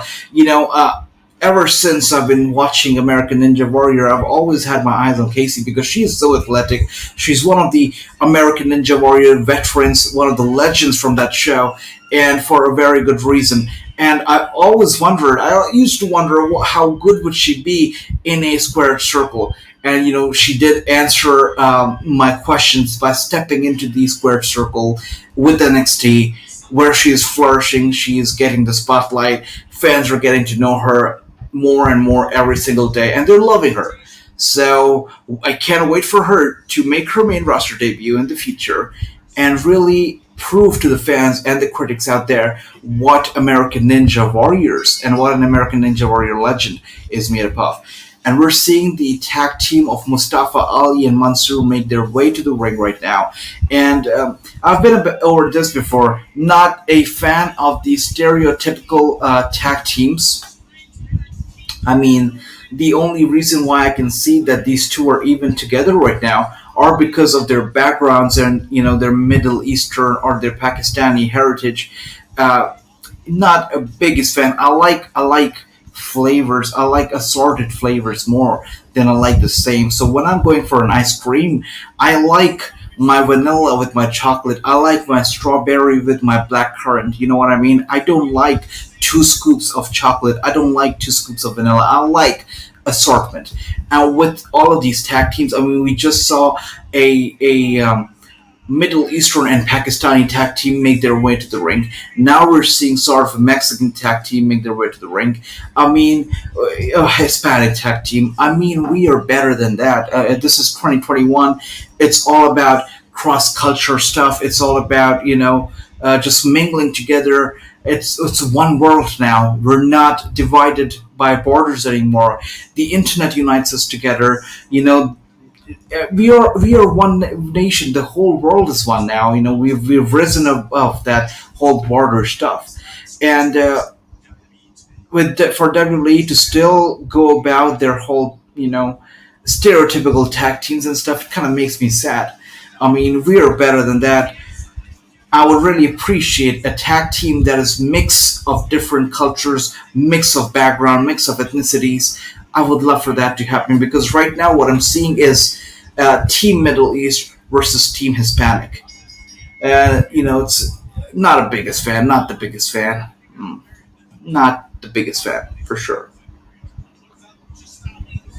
And I hate to say it, but what I loved about the team of Eva Marie and Do a Drop is that we got a best of both worlds. I believe. I'm not sure if it was the best of both worlds, but it was still both worlds together. We saw Eva and we saw Do a Drop, 2 very different athletes. Move differently. They talk differently, they walk differently, they perform differently. Everything about them was different, but they were together as a tag team, and I love that about them. The uniqueness, the assortment that they brought with them to the table. But with these 2 tag teams, I mean, very stereotypical, very old, very traditional, not the biggest fan. All right. So, of course, WWE is still hyping the tremendous main event that has been planned for tonight. It's Big E versus Bobby Lashley versus the one and only head of the table, Roman Reigns. Is going to be taking place tonight, and I can't wait for it. Can't wait to see it all happen. It all shape up. And as KJ White predicted, um, we're gonna be seeing Big E pick up the win for sure tonight. I do believe so as well. I feel like Big E is going to be winning tonight, and he needs to. He desperately needs to. After the poor booking that we've seen for the past two matches for Big E, he desperately needs to pick up the win tonight. He does. I was not the biggest fan of Kofi Kingston's title reign. I was there live at WrestleMania 35 when Kofi Kingston won the championship from Daniel Bryan. People were happy. We were all dancing. We were shedding tears of joy. I was literally ringside for their match, thanks to the WWE. I was ringside for the match, and I saw people jumping from their seats, getting out of the aisle, getting out of the way, going to the free space and really dancing their hearts out with strangers when the New Day's music hit and Kofi Kingston was raising the title high. People were really, like grown men, were shedding tears of joy. It was a great movement. Everybody loved it. Of course, we saw wrestlers reacting to it. We saw Shad Gaspard, RIP, crying. We saw MVP crying. It was a great moment, but I feel like WWE failed to capitalize on Kofi Kingston's championship reign. It was mediocre to say the least. It was nothing memorable. The only memorable part of what was about the title reign was the night when Kofi Kingston won it. But after that, it had been very mediocre, very poor creative behind it. And I hope that Big E's title reign is more memorable than Kofi's could ever be. And just like that, the match is over, and Team Hispanic did win. Team Middle East lost. I don't know. I'm not sure if WWE even gave a proper name to these two teams. I saw that Mustafa Ali and Mansoor are still being referred to as Mustafa Ali and Mansoor, so it seems like they have not been given a proper name for their tag team. But yeah, I was not invested into this match at all, mainly because of my idea. By the way, Angel Garza. Angel Garza is a guy who, along with Andrade, was really pushed a lot when WWE was still running from their performance center. And surprisingly, a lot of fans were behind Angel Garza. They saw we saw even reports. So I was disgusted when I saw these reports from The Observer and from a few other prominent wrestling websites, news websites, which claimed that Angel Garza was now being seen backstage as the new Eddie Guerrero. I was disgusted by the comparison because Eddie Guerrero, Angel Garza was just getting started. He was about here. I don't know if you can see, but about here, Angel Garza was here. Eddie Guerrero is way above, and just when he was getting started, people started comparing him to Eddie Guerrero. I don't know what's wrong with the fans out there, but you cannot invest into a wrestler so early on in their career, especially when it's a WWE. I mean, you're seeing a promo for Karrion Kross right now. Look at where he was during his time at NXT. Look where he is right now. There's a world of difference. So you cannot get so invested into a wrestler so early on and start believing in the booking that's going to be made for them so early on. And Angel Garza, you really used to, main event. He used to be, basically running Raw along with Andrade during the Performance Center days. But once they moved to the Thunderdome, Angel Garza was soon forgotten. We saw him tonight. But do I see big things in works for Angel Garza in the near future or even in the distant future? Let's talk about WrestleMania 38 in Hollywood. Do I see Angel Garza really getting enough spotlight to be in a prominent position 2 years later until WrestleMania 38 in Hollywood, 39 in Hollywood, I'm sorry. Do I see that happening? I do not. I certainly do not. Connor inspired us to join the fight against pediatric cancer, and over the years, we have all come together to help raise millions of dollars for Connor's cancer. Rhea Ripley kind of botching her lines there, but that's fine. Through the partnership with the V So they're here talking about the fundraiser that they do for pediatric cancer, and let's see, they talk about Connor's cure, uh, good stuff. They're doing it for a good reason. We have fundraised so much to help try and find the research for pediatric cancer.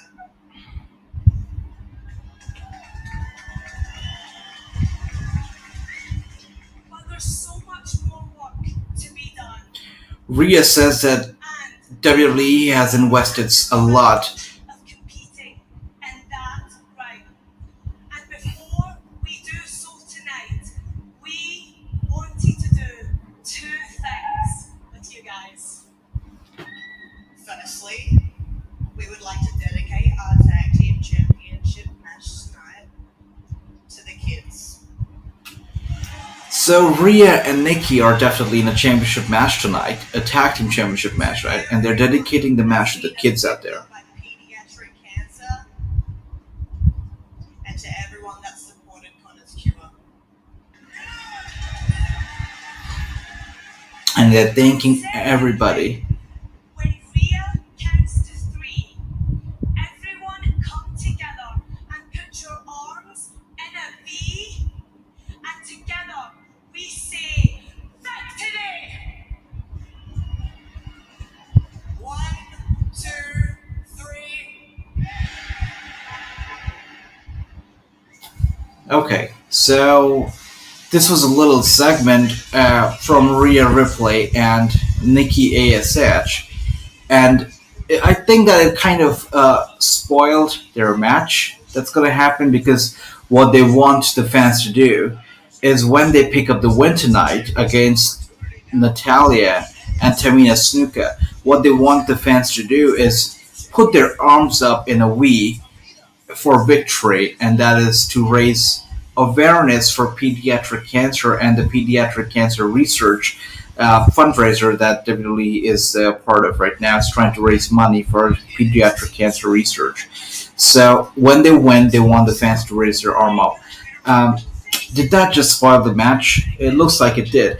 And was that segment really appropriate for TV? I mean, for once, if I think about it, stuff like that you usually do during the time when you are in commercial break, and you give instructions to the audience, let them know about what you want them to do for the production part, this kind of stuff that you usually see during commercial breaks. But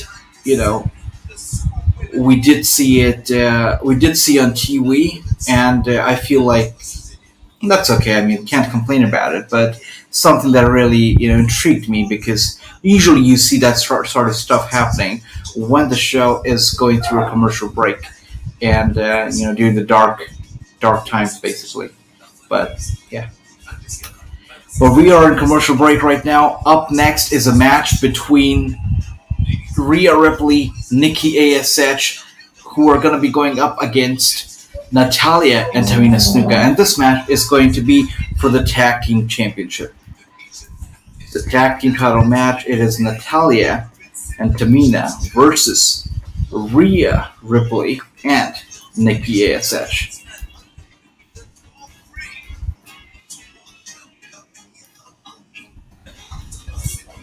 Alright, so you are watching Wrestling News live viewing party, which we do for every single show out there, every single week. We started last week with Monday Night Raw, and today we are completing 1 week. It's our first week. We've been doing it for 1 whole week, and it's been such a joy. It's been such a pleasure. Never knew that, doing these live streams could be as fun as it is doing for all of you. It's great, and we can't wait to do more and more of these in the coming future. Again, tomorrow we're going to be back for NXT 2.0's second episode ever, and we're going to be covering it live as well. We're going to be doing a live viewing party for NXT 2.0, so make sure to tune in.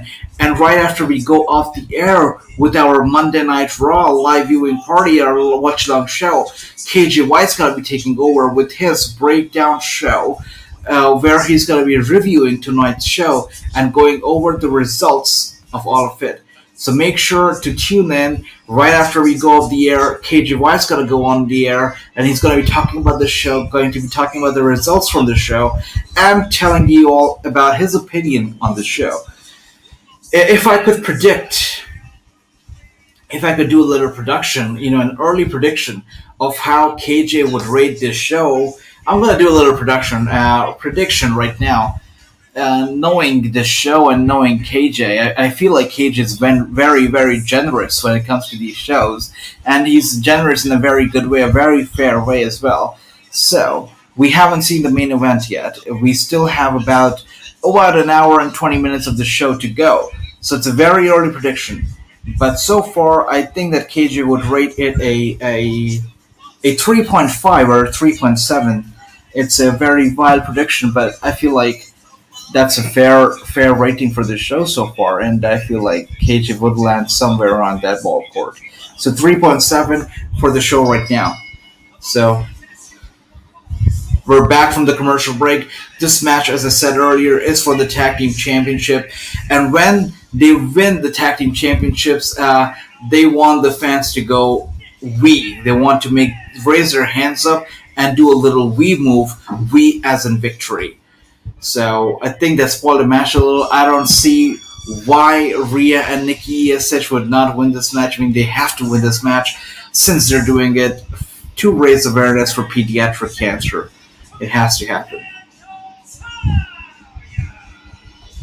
Natalya, for those of you who are not aware, is also a true class act. She's a tremendous wrestler, but also a tremendous human being. Also one of the very first supporters of Wrestling News. I mean, through the years, Wrestling News has received such an enormous support from wrestlers across the globe, across different promotions. Natalya was the very first one to show her love, her support from Wrestling News, and can't thank her enough for all the support that she's shown to us throughout the years. And just as we talk about it, Wrestling News is approaching its 4 years anniversary very soon, and we're going to be celebrating the week of our anniversary in a very big way, and can't wait to tell you all the details about it. You're going to be knowing about the details very, very soon, in just a few days. So make sure to tune into our live streams every single time there's a wrestling show on TV. Let it be WWE, ROH, Impact, any show out there. We're going to be covering it live with their watch along here on YouTube. And we're back from the little promo, and we're seeing the two teams get ready for the Tag Team Championship bout.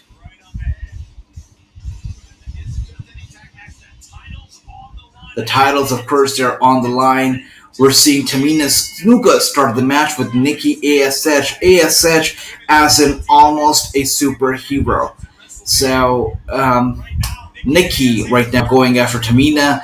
Natalya realizing that Nikki's so engaged, she tags herself in. I don't know if Nikki realizes that, but we've seen a little double tag team move here. And Nikki is out. She's down. And she was almost pinned. She almost got pinned, and Rhea had to step in to save her partner from getting pinned early on in this match and losing the match so early into the action. So, little weak booking on the part of Rhea and Nikki, kind of showing them to be the weaker team so far, kind of the underdogs. And we see a very quick tag between Natalya and Tamina. So the fourth tag that we're seeing from their team, and Natalya is inside the ring again. I think we're going to see another double tag team move. Yes, we are. Tamina has been tagged in again, so this is the 5th time that they have tagged each other during this match, and the match is just in the first minute of its action. They have tagged each other for 5 times already, and Tamina is now going to the top rope. I don't think that's a very good idea, considering you are wrestling somebody who is almost a superhero, and they probably almost possess almost a sixth sense. Yes, they do. Nikki just raised her legs up, and she was going in for the tag. Rhea Ripley is still down, so it doesn't change anything for Nikki. She is still down. She couldn't tag her partner Rhea in. Natalya on the other hand, has been tagged in, and this is the sixth time that these two have tagged in each other, and the third time that the Natalia has stepped into the ring. Natalia is ready for action. Rhea Ripley is still on the apron now. Tamina was there to pull Rhea off, but Rhea was able to get Tamina out. I think Tamina is going to be out for the rest of the match, it looks like. It doesn't look like this one's going to be a very long match. And it does appear that Tamina is going to be out for quite some time now. Nikki with the roll-up pin. 1, 2. Just like I said, it was not a very good match. It was not a very long match. I said that there is no way after that they were not going to win the match. I mean, you're doing this for pediatric cancer. You want the fans to go we. And the funny part is the fans are not going we. They're not. They clearly asked the fans to go we when they win, to raise pediatric cancer awareness. But they're not going we, and Rhea Ripley looks as confused as I am right now. I mean, the whole point of them winning the tag team championships tonight on a random episode of Raw was for the fans to go we and do a little thing for pediatric cancer. I don't think that they can even do a CGI with this audience right now. That would be just way too expensive and way too much for it. But it doesn't look like the fans got the message. They're not going we. This is KJ, or if anybody's watching this right now, this has to be one of the cringiest things that we have seen on Raw in a very long time. I mean, Rhea and Nikki kind of looked uncomfortable giving the instructions to the fans. That's a grown audience, grown adult sitting in the audience. They don't like to be instructed. And just like we saw, even though they won, even though they picked up the win for pediatric cancer awareness, it's a good cause. But the fans did not listen, did not go we. That was just as awkward as anybody probably felt in that ring, and anybody probably felt in the gorilla position. They're probably mad at I don't know if they're mad, but they're probably mad at Nikki and Rhea for not giving the instructions to the fans very well and not making them do the we move. But obviously they failed at it, and the fans did not follow. They did not. It was awful, KJ. It was awful, and since it was for pediatric cancer, I did not mind it.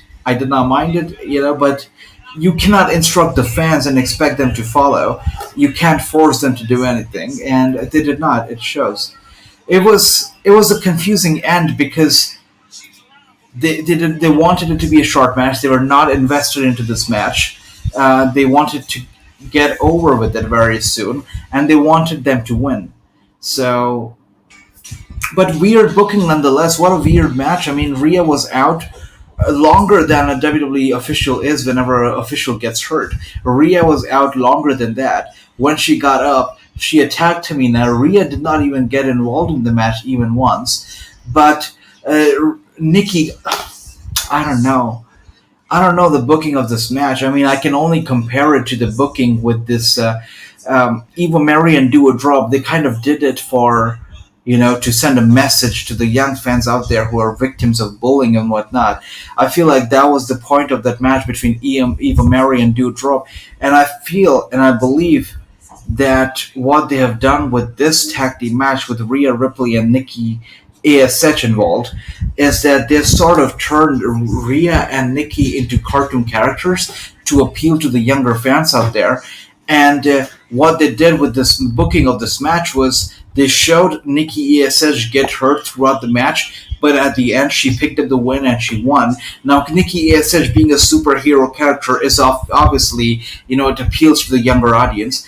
And with such a booking of the match, it kind of sends that message to the younger audience that, hey, let's just compare it. Let's just say this disease is going to put you down. It's going to put you out. It's going to hurt you.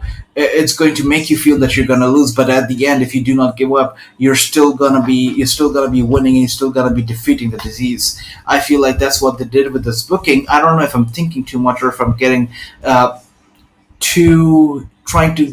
if I'm trying to find a message too deep in this booking. But if I was the one who was booking this match, this would be my idea behind this awful booking. But yeah, this is what I feel. And if this was the reason why this booking was done, I have no problems with it. But how many times are you going to be booking matches on a single show to send a positive message to the community? I mean, after all, this is a wrestling show. It is not a standard TV show. It's not a drama. It's a wrestling show. It's not a kids show. It's a wrestling show. So you still have to keep your hardcore audience, your adult audience in mind and book it accordingly. I get a moral, a positively, you know, influence message that you're sending from your with your matches, which is a tremendous thing to do. But how many times are you going to do it on a single show? That is my only concern with it, because when you do that a lot, it kind of loses the whole importance of it, loses the significance behind it, and it becomes stale, and the product becomes stale. So doing it once a show is okay, but doing it more than once, it can get stale. I'm thinking it deep enough to give it some reasoning behind this booking, but a lot of people are not going to be thinking it so through, and they're not going to be thinking about it in such detail, and they are going to be done with the show. But tonight, of course, people are not going to be done with the show so fast, because the main event is just too good for people to tune out. It is Big E versus Bobby Lashley versus Roman Reigns, the WWE Champion, the Universal Champion, and the former very impressive WWE Champion Bobby Lashley are going to be fighting each other in a triple threat match in the main event of Monday Night Raw. Very, very exciting match, and we are here with Alexa Bliss and Lily, who are in the ring.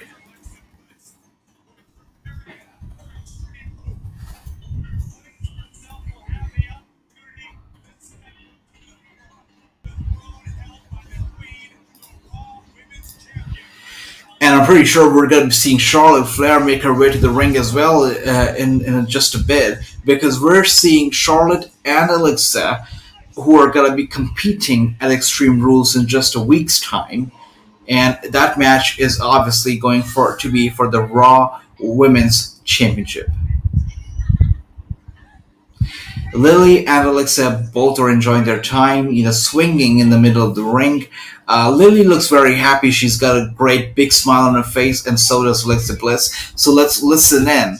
And what does Alexa have to say to the fans out there?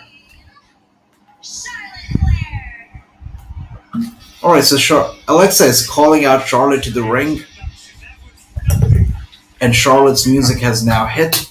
She is making her way to the ring.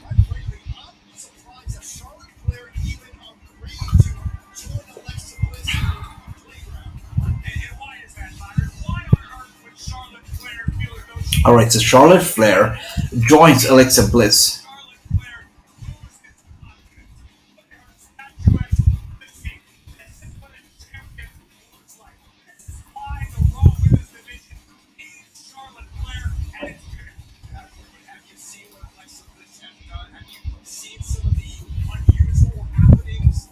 Look at that. I mean, look at Charlotte. She is a true champion, She's got the right looks. She's got the right outfit right now. It matches her Raw Championship.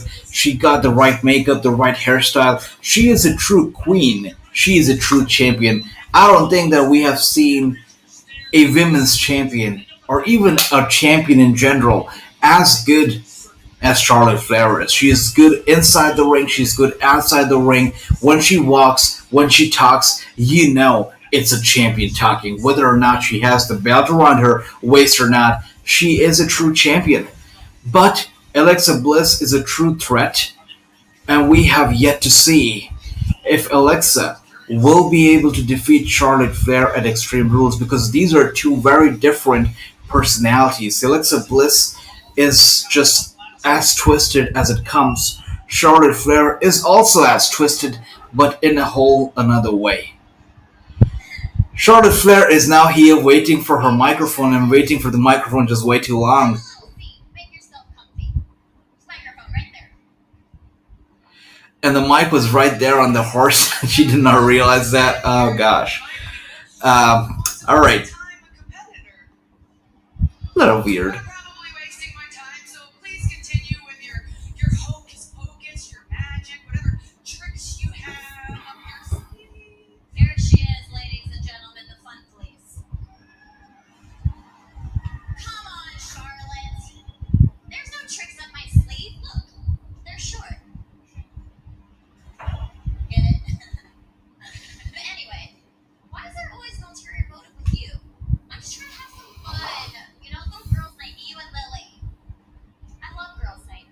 What are the chances of Alexa Bliss making it to Hollywood someday? I feel like the chances are pretty good because she is just so good on the mic. She is just great when she's cutting her promos. She's a natural. I mean, when she was just Alexa Bliss, she was just fine. But with this whole new character, she is just incredible. So it makes me feel like how good would she be in films or in movies or in Hollywood? She'd be great. I wouldn't be too surprised if she makes it to Hollywood one day in the future. And Alexa, even though Charlotte does not care about her doll, Alexa certainly cares about dolls a lot, and she is there with not just Lily, but also Charlotte's very own doll, and she's sitting on her lap right now. I want Alexa Bliss. I want the old Alexa Bliss back. I want the 5 Feet of Fury. I want the Mean Girl. I want the Once Upon a Time. Charlotte Flair wants to fight Feet of Fury Alexa Bliss back. She wants the old Alexa Black, not the one that we're seeing right now. And I can't agree with her. I mean, look at new Alexa. She is fantastic. She is great. She's in control. She's dominating. She's intimidating. She's only 5 feet tall, but she can intimidate 50 feet tall monsters right now. She is that good. So why would you want the fight Feet of Fury back when you have the fight Feet of Hell right here? Behind this playground, the doll, the dress, the pigtails, that nasty, nasty, nasty black lipstick. Please wipe it off. Charlotte hates everything about Alexa Bliss that I'm loving. The black lipstick, the dolls, the dress, the hairstyle, everything about it. I mean, Alexa has it all going right now. Just so good. Just so good. This kind of reminds me of the feud between Edge and John Cena back in 2010, I believe, or 2009. I feel like it was 2009. When, or was even earlier, 2009, yeah, 2009. It was when Ed said that he was tired of Cena and he was tired of Cena's music and he was tired of Cena's shirt and his cap and everything about Cena. He was just getting so irritated and he used to hate John Cena and everything about him. And that's what we're seeing right now with Charlotte asking Alexa to get rid of the dress, get rid of the lipstick, get rid of everything that defines the new Alexa Bliss. Really a very reminiscent thing. Reminds me of the days of the feud back then between John Cena and Edge. And back then, women's matches did not matter. They were of the least importance back then. But now, times have changed. And look at us right now. This is probably one of the best segments that we've seen in a long time between Charlotte and Alexa. And I cannot wait for their match at Extreme Rules. It looks like a very promising one. And it should be a really good one.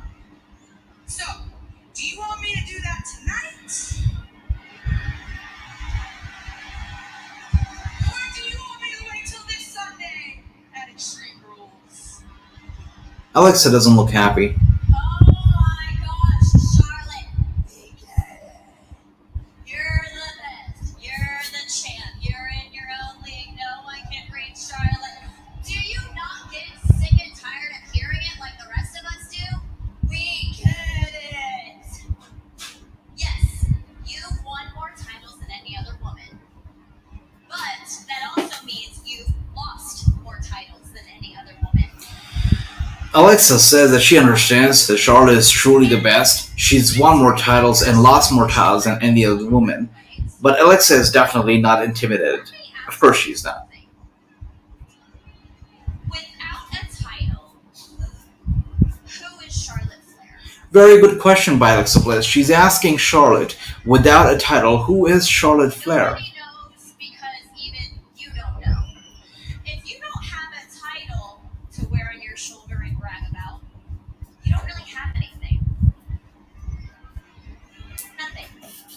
And let's be honest, I don't need to play mind games with you to expose your insecurities. Alexa saying that Right on your forehead. You are just so it's true. Alexa here is saying that Charlotte Flair without the title has no identity. We've all known Charlotte Flair with the title. We've all known Charlotte Flair as the champion for so long. I mean, without the title, Alexa Bliss is still this evil character, still has a lot going about herself. But we have already always known Charlotte as the champion, as the queen. Without the title, without the gold, who is the queen? Who is the champion? So really good questions, really good statements being made by Alexa right now. Uh, Charlie as a pity gift. Because I pity you. Because even a narcissistic, self-centered bitch like you deserves happiness.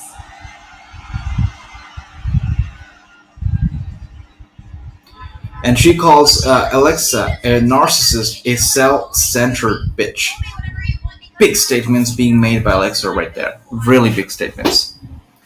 and I don't need to desperately grasp titles to stay relevant. So yeah,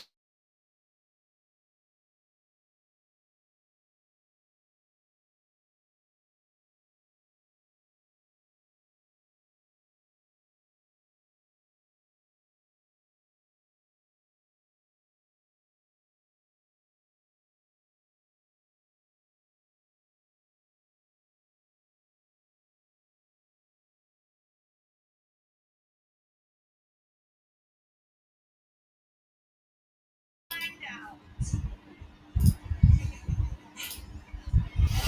And Charlotte, of course, we're back from the break, and Charlotte has heard enough of Alexa Bliss.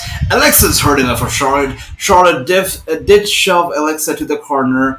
Alexa's not going to take it. She jumps right on Charlotte. Charlotte with a kick to Alexa's face. Alexa is down on her playground. Charlotte, just like that, standing tall. She's not intimidated. I mean, if I were Charlotte Flair, I would be scared, honestly, because of all the dolls, because of all that Alexa's got going on. Alexa is... I don't know. If I was Charlotte, I would not even get near Lily. Charlotte raising her doll up, looking her in the eye. Okay, she's tearing the doll apart, the head away from the body, and the doll has been beheaded. The doll has been beheaded. Not the best thing to do, not the smartest thing to do when you don't know the outcomes of it. You know, I stay away from all this magic stuff, this hocus pocus, because you don't know what to expect. And Charlotte Flair, I believe, okay, if she's trying to get near Lily, no. Good. Alexa Bliss stops her from getting near Lily, and for Charlotte's own good. Nobody should ever even attempt to get near Lily, because you don't know what Lily is capable of. I'd be very scared of Lily, even more than Alexa herself.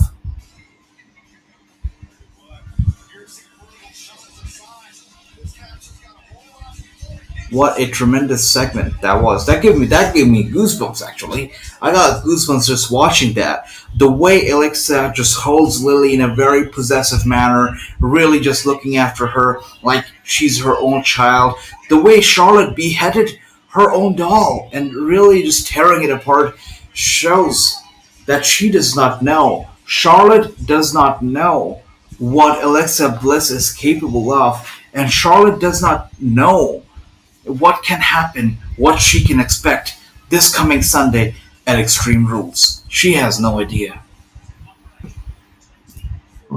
And here we are with Drake Maverick, R-Truth, and a few other guys who were trying... Oh, by the way, Drew Gulak is there. Who remembers Drew Gulak, guys? Ladies and gentlemen, Drew Gulak. The guy who tried to make headlines, who did make some headlines with Daniel Bryan. Daniel Bryan tried hard to push Drew Gulak, to make him significant, to really push him as a wrestler in front of everybody. WWE did, allow Bryan to do just that, and the two really put together some good one or two matches. But Drew Gulak, ladies and gentlemen, chasing Reggie right now, Reginald, a total nobody, and he's chasing him for the 24/7 title. This is the reason why Daniel Bryan left. Drew Gulak is a tremendous wrestler, but he's here doing a total... I don't know. I'm a WWE fan. I get it's entertainment. But Drew Gulak is... Alright, let's just watch this segment right now, and I'll get to the whole ranting stuff when we go to commercial. But here we see Reginald just getting away with the title. I've got a lot of problems with this whole segment right here. A lot of problems.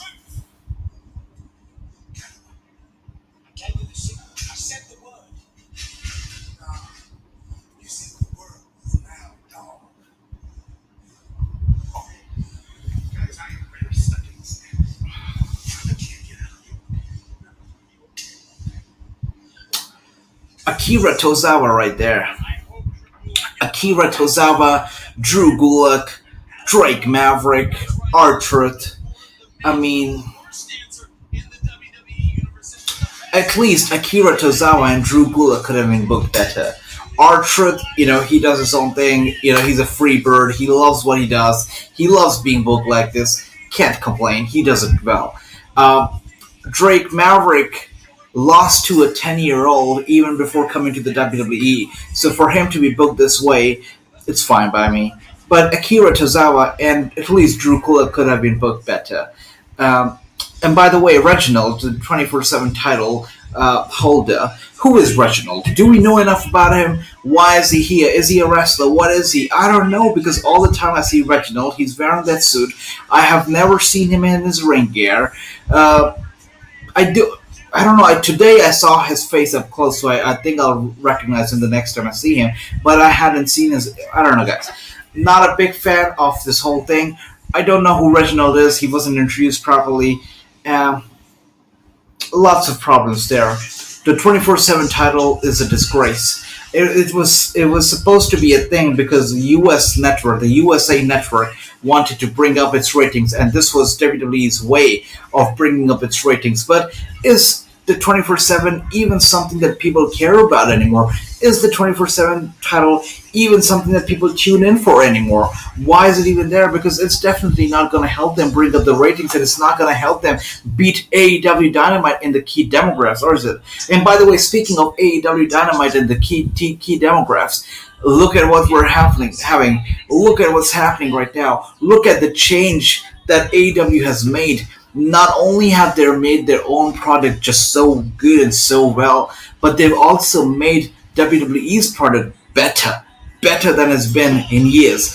I mean, look at what we're seeing right now. Last week we saw Money in the Bank cash in. Big E cashed in on Bobby Lashley, won the briefcase. Apart from that, we also saw a WWE Championship match between Bobby Lashley and Randy Orton on an edition of Raw. It was not a pay-per-view, it was just a simple Raw.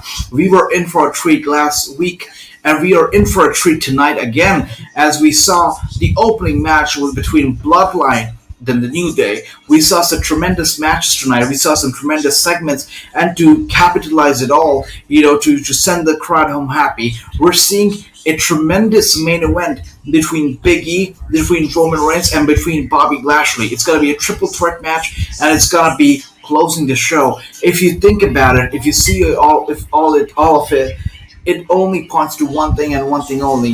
The WWE is doing this to counter AEW Dynamite and to make sure that AEW does not beat Monday Night Raw in the key demographics or in any way possible. And they're trying hard, they're working hard, they're improving their product, and the fans should be very, very happy. As has been said by a lot of people before, this has never been a better time. There has been no better time to be a wrestling fan than it is now. I mean, you can go back to the WCW, WWE days, but now is really the true time, because even back then, I might get some heat, but back then, it was more about entertainment. It was less about the wrestling skills, about the wrestling action. Now, we're getting the best of both worlds. We're getting entertained. We're getting a lot of entertainment, but we're also getting true, real wrestling. And that is what is so fantastic about this WWE versus AEW war. The war, as many people might say, it's not even on. It was never on. It's non-existent. But believe it or not, you all know it. The war is there. It's happening. Owen Hart, somebody WWE tried to induct into the Hall of Fame for years and years, is now being honored by AEW. And I don't think there can be a bigger slap to the face of the WWE. I mean, WWE is the company, during its show. Owen Hart, unfortunately, passed away. And that same Owen Hart is now being honored. His life, his career is being honored not by the WWE, but by a new competitor, a new face in this whole wrestling industry that's AEW. I mean, what a slap to the face, to the McMahons, to the WWE. There can be no bigger slap to the face than that.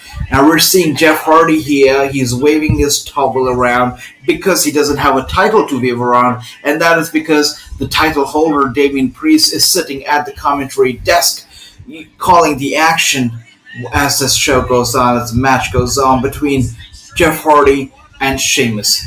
And speak what you want about Sheamus. I mean, Sheamus is great. He's a great wrestler, and I like him. But Sheamus, it's been months. Let's just get rid of the mask, shall we? I mean, let's get rid of it. I'm pretty sure you're fine. We've seen your pictures, hanging out with your wife, wishing everybody, good days and whatnot on Twitter. We've seen that you're fine. Your nose is fine. You can very well take that mask off. I mean, it's horrendous. I'm not at all a fan of that mask. I'm not sure if people are. Also, that coat he's wearing, the way he's holding the coat, makes me a little uncomfortable. This is weird because we're seeing the nameplate Sheamus right now. It says Sheamus. We're seeing that nameplate, and it goes right above his trunks. And we're seeing Sheamus hold that coat up like this. It kind of makes it looks like he's exposing himself or something. If he's naked under that coat. I mean, that coat makes him look a lot more naked than he would look otherwise if he just came out in his trunks. That's what I'm trying to say. I don't like Sheamus's mask or his coat. I think he could get rid of both of them and it'll be just fine. Anyways, if Jeff Hardy wins this match that's taking place right now, he will be added to the match between Sheamus and Damian Priest, which is scheduled to take place at Extreme Rules, and that match will be turned into a triple threat match. Jeff Hardy, right there, ladies and gentlemen. And Jeff Hardy recently said in an interview that he has one superstar in his mind that he really wants to face, and he has one title in his mind that he wants to win before he retires as an in-ring competitor. Now, Jeff Hardy is not 20 years old anymore. He is definitely growing old by the day, by the years. He's approaching his retirement age. It could be just a few years, just some time more before Jeff Hardy finally hangs up his boots, retires from in-ring action for good. But he has one more thing to accomplish before he really hangs up his boots, and that one thing is winning the Universal Championship. He wants to be a WWE Universal Champion one time before he retires, and he wants to fight Roman Reigns in the ring before he retires. So will that happen? Would WWE be considerate enough to make his dream, make his wish come true? Do you think so? I mean, Jeff Hardy's a legend. He's been here for so long. If you were a kid, back when Jeff Hardy made his debut, he used to be on WWE's trump cards, and, he used to be the face of the WWF. People used to love the Hardy Boys. I mean, this guy right here is a legend. So do you think that WWE would be considerate enough to make Jeff Hardy's wish come true and make him Universal Champion one more time before he retires? Do you think so? I do not. I mean, considering Kurt Angle couldn't get his retirement match against John Cena. Even though John Cena was very much present for WrestleMania 35, still Kurt Angle got his retirement match against Baron Corbin instead of John Cena.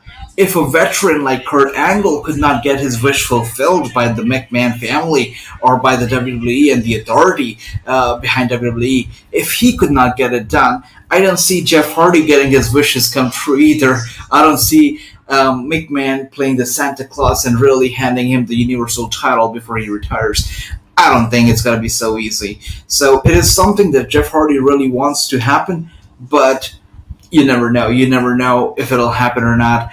If I had to put my money on Jeff Hardy winning the Universal title in the near future and really making a difference, really making a name for himself, really accomplishing that one goal that he wants to accomplish before hanging up his boots, I don't think it's going to happen. Not in the near future. Not with the way he's being booked right now.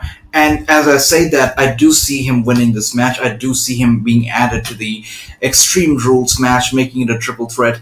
But I I don't see him winning that match. I just see him being added to that match because WWE needs more faces to the pay per view. And let's be honest, you cannot have an Extreme Rules pay per view without the Enigma, without the Extreme One, without Jeff Hardy. I mean, Jeff Hardy defines Extreme. So you can't have, it would be stupid to have an Extreme Rules pay per view without Jeff Hardy, considering Jeff Hardy is a part of your roster and he's very much active. So Jeff Hardy will be added to the match. He will win tonight. He will defeat Sheamus, but he will not win at Extreme Rules. He will not take home the United States Championship. I do not see it happening, especially with somebody like Damian Priest, a very hot wrestler, Puerto Rican, just incredible in the ring, charismatic. What Bad Bunny has done to Damian Priest has really elevated his career, really made him a star, brought him to the eyes of the people. Fans are behind him. Damian Priest is not losing that momentum to Jeff Hardy. Jeff Hardy is a guy who's been treated as a jobber, who was teased to go after the 24/7 title. Jeff Hardy is no more than a jobber in WWE's eyes right now, no more than an enhancement talent in WWE's eyes right now, no more than somebody putting over the talent for WWE right now. So Jeff Hardy is not winning at Extreme Rules. Sheamus is not winning at Extreme Rules. It is going to be Damian Priest who will win at Extreme Rules and retain the United States Championship. But Jeff Hardy will win tonight, and that is not a prediction. That is a spoiler. That is very much a spoiler. You're welcome. And very interesting comments I'm just receiving on my Instagram right now. We're seeing comments from Tony Khan's, responding to Tony Khan's statements, where Tony Khan said that AEW has a rich fan base, has a wealthier fan base than any other wrestling promotion does, and we're seeing a mixed reaction to it. Some people are happy, and that's a very minority of the population. Most of the people are mad about it. They're upset about it. I just received a comment which says, Tony Khan hates the poor. So you're not really putting out a very good message by calling your audience as college educated or wealthier than other audiences, because you're not only getting hate from your rival by doing this. Let's take a second and think about it, right? By comparing your audience to the audience of some other brand, you are not only making that brand very unhappy, you're not only making their investors feel insecure, you're not only, making them your enemy brand, but you're also really pushing their fans, their audience away from your brand. I mean, the WWE fans, the hardcore WWE fans, who still haven't tuned into AEW, who would have maybe in the future tuned into AEW, considering the tremendous shows that they've been putting on lately, they will not tune in anymore if you make statements, derogatory statements, targeted towards them. I mean, you can go over brands, that's fine, it's business. Business can get dirty, and you can go after some brands, your competitor brands, that's okay, understandable. But you should not go after that competitor brand's target audience, because that target audience could be your target audience, which you're going to lose by making such statements. So that was a mistake on Tony Khan's part. That's what I believe. That's what I firmly believe, that there could have been better ways of boasting. And the way Tony Khan boasted really shows that, it really shows that he still has work to do when it comes to his interviews. Still has work to do. There are people who at times during the interviews say a lot of things that they do not realize. And the more interviews you give, the more professional you become, the more you understand that, hey, every little thing that I say during an interview will count. And I've interviewed tremendous wrestlers, tremendous celebrities from the industry, from outside the industry. And I can give you two very good examples. JTG, my brother, a very good guy, an incredible guy. When I interview him, or even Maria Kanellis, when I interview these people, they can pour their hearts out. They can go on, and they can talk about whatever they want to talk about. And they will really tell you everything candidly without being afraid. They will tell you the picture as it is. They'll tell you everything, and even knowing that it will cause controversy, they'll tell you. But I interviewed Paula Mayfield, a star of 90 Day Fiancé, somewhat of a Hollywood, mainstream star now, and who's slowly getting into the wrestling industry. She recently performed at the NWA Empower show pay-per-view. And when I interviewed her, she was answering all her questions carefully. Like, she knew that every single thing you say during an interview counts. And I really respect her for doing that, because when you're being interviewed, we really pay attention to every little detail. So you should be mindful of what you say, because whatever you say is going to be put under the magnifying glass, and you're going to be judged by it, and you're going to be, going around the internet. And people are going to be talking about what you said during the interview. So you have to be mindful. And I feel like that is something Tony can work on. And if you were listening to me just a few minutes ago, I said that Jeff Hardy was going to win this match. He did win this match. I told you it was a prediction. It wasn't a spoiler. It was a spoiler. I told you it was a spoiler.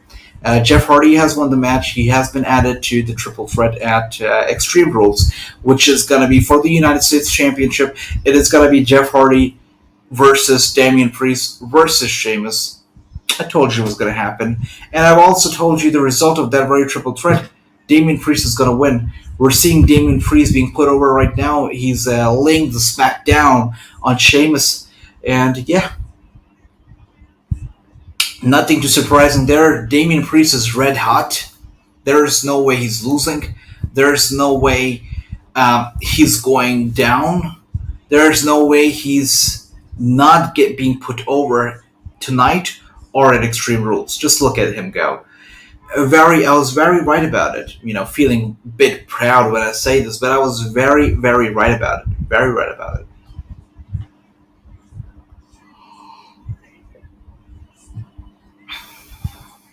Alright, so Sheamus throws Damian Priest into the ring. The referees are there trying to, set them apart. Damian Priest, as I said, has been put over as this segment goes off the air, as this segment has been turned off. Damian Priest is the guy who was laying the smackdown on Sheamus, and now we are turning our attention to the Almighty versus Roman Reigns, the head of the table, versus Big E, the WWE Champion. And that match is up next. Wow. This has actually gotten me very interested now, because we have got a little more than 30 minutes on the clock. Let me look at the time. Yeah, okay. We've got 28 minutes on the clock. And we've got just one match. And that is the main event. A very hyped main event. Something that people have been looking forward to. It is Roman Reigns versus Big E versus Bobby Lashley. It's 28 minutes to go before Raw goes off the air. We've got a tremendous main event planned. This one has to be good. I mean, it's got a lot of time, reserved for itself. There will be a lot of commercial breaks for sure, but this one has to be good. Without a doubt, this one will be a good main event. It will be something that people are going to be talking about for a while. This main event has to be it.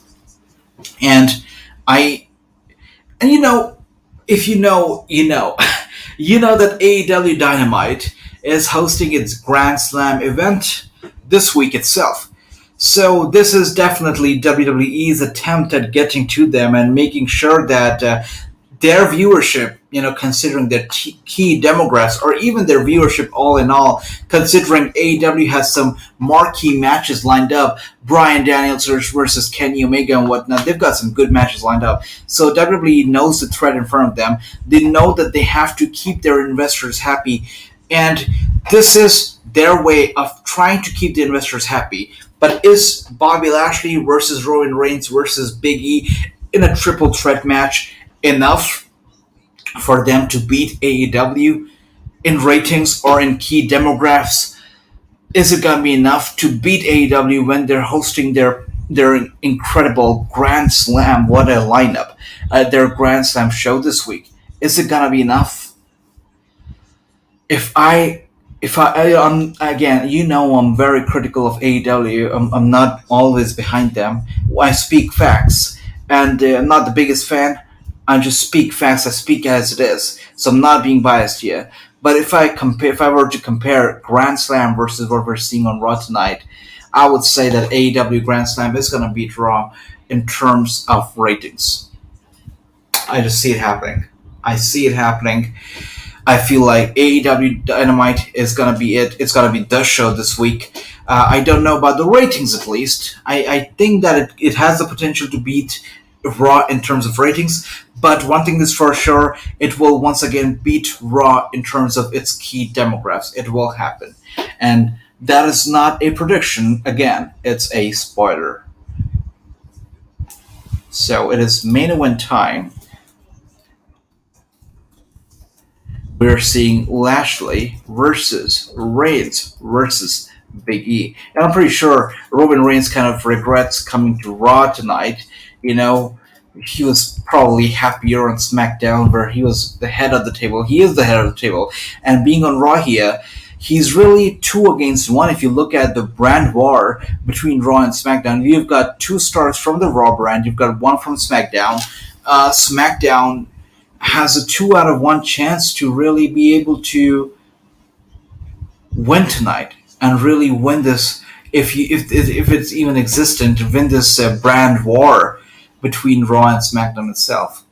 So very interested to see what happens. But I do see Big E picking up the win tonight and starting his championship reign in a strong fashion, because the last two matches that we've seen him on, ever since winning the title, he hasn't been booked in the best way possible. He hasn't been, booked in the strongest way possible. Hasn't really, we haven't seen a difference between the normal Big E and the WWE Champion Big E in the last two matches. So this match really has the potential to show us what WWE Champion Big E is all about, if WWE Champion Big E can really stand out, and if WWE Champion Big E is capable of defeating Roman Reigns and Bobby Lashley.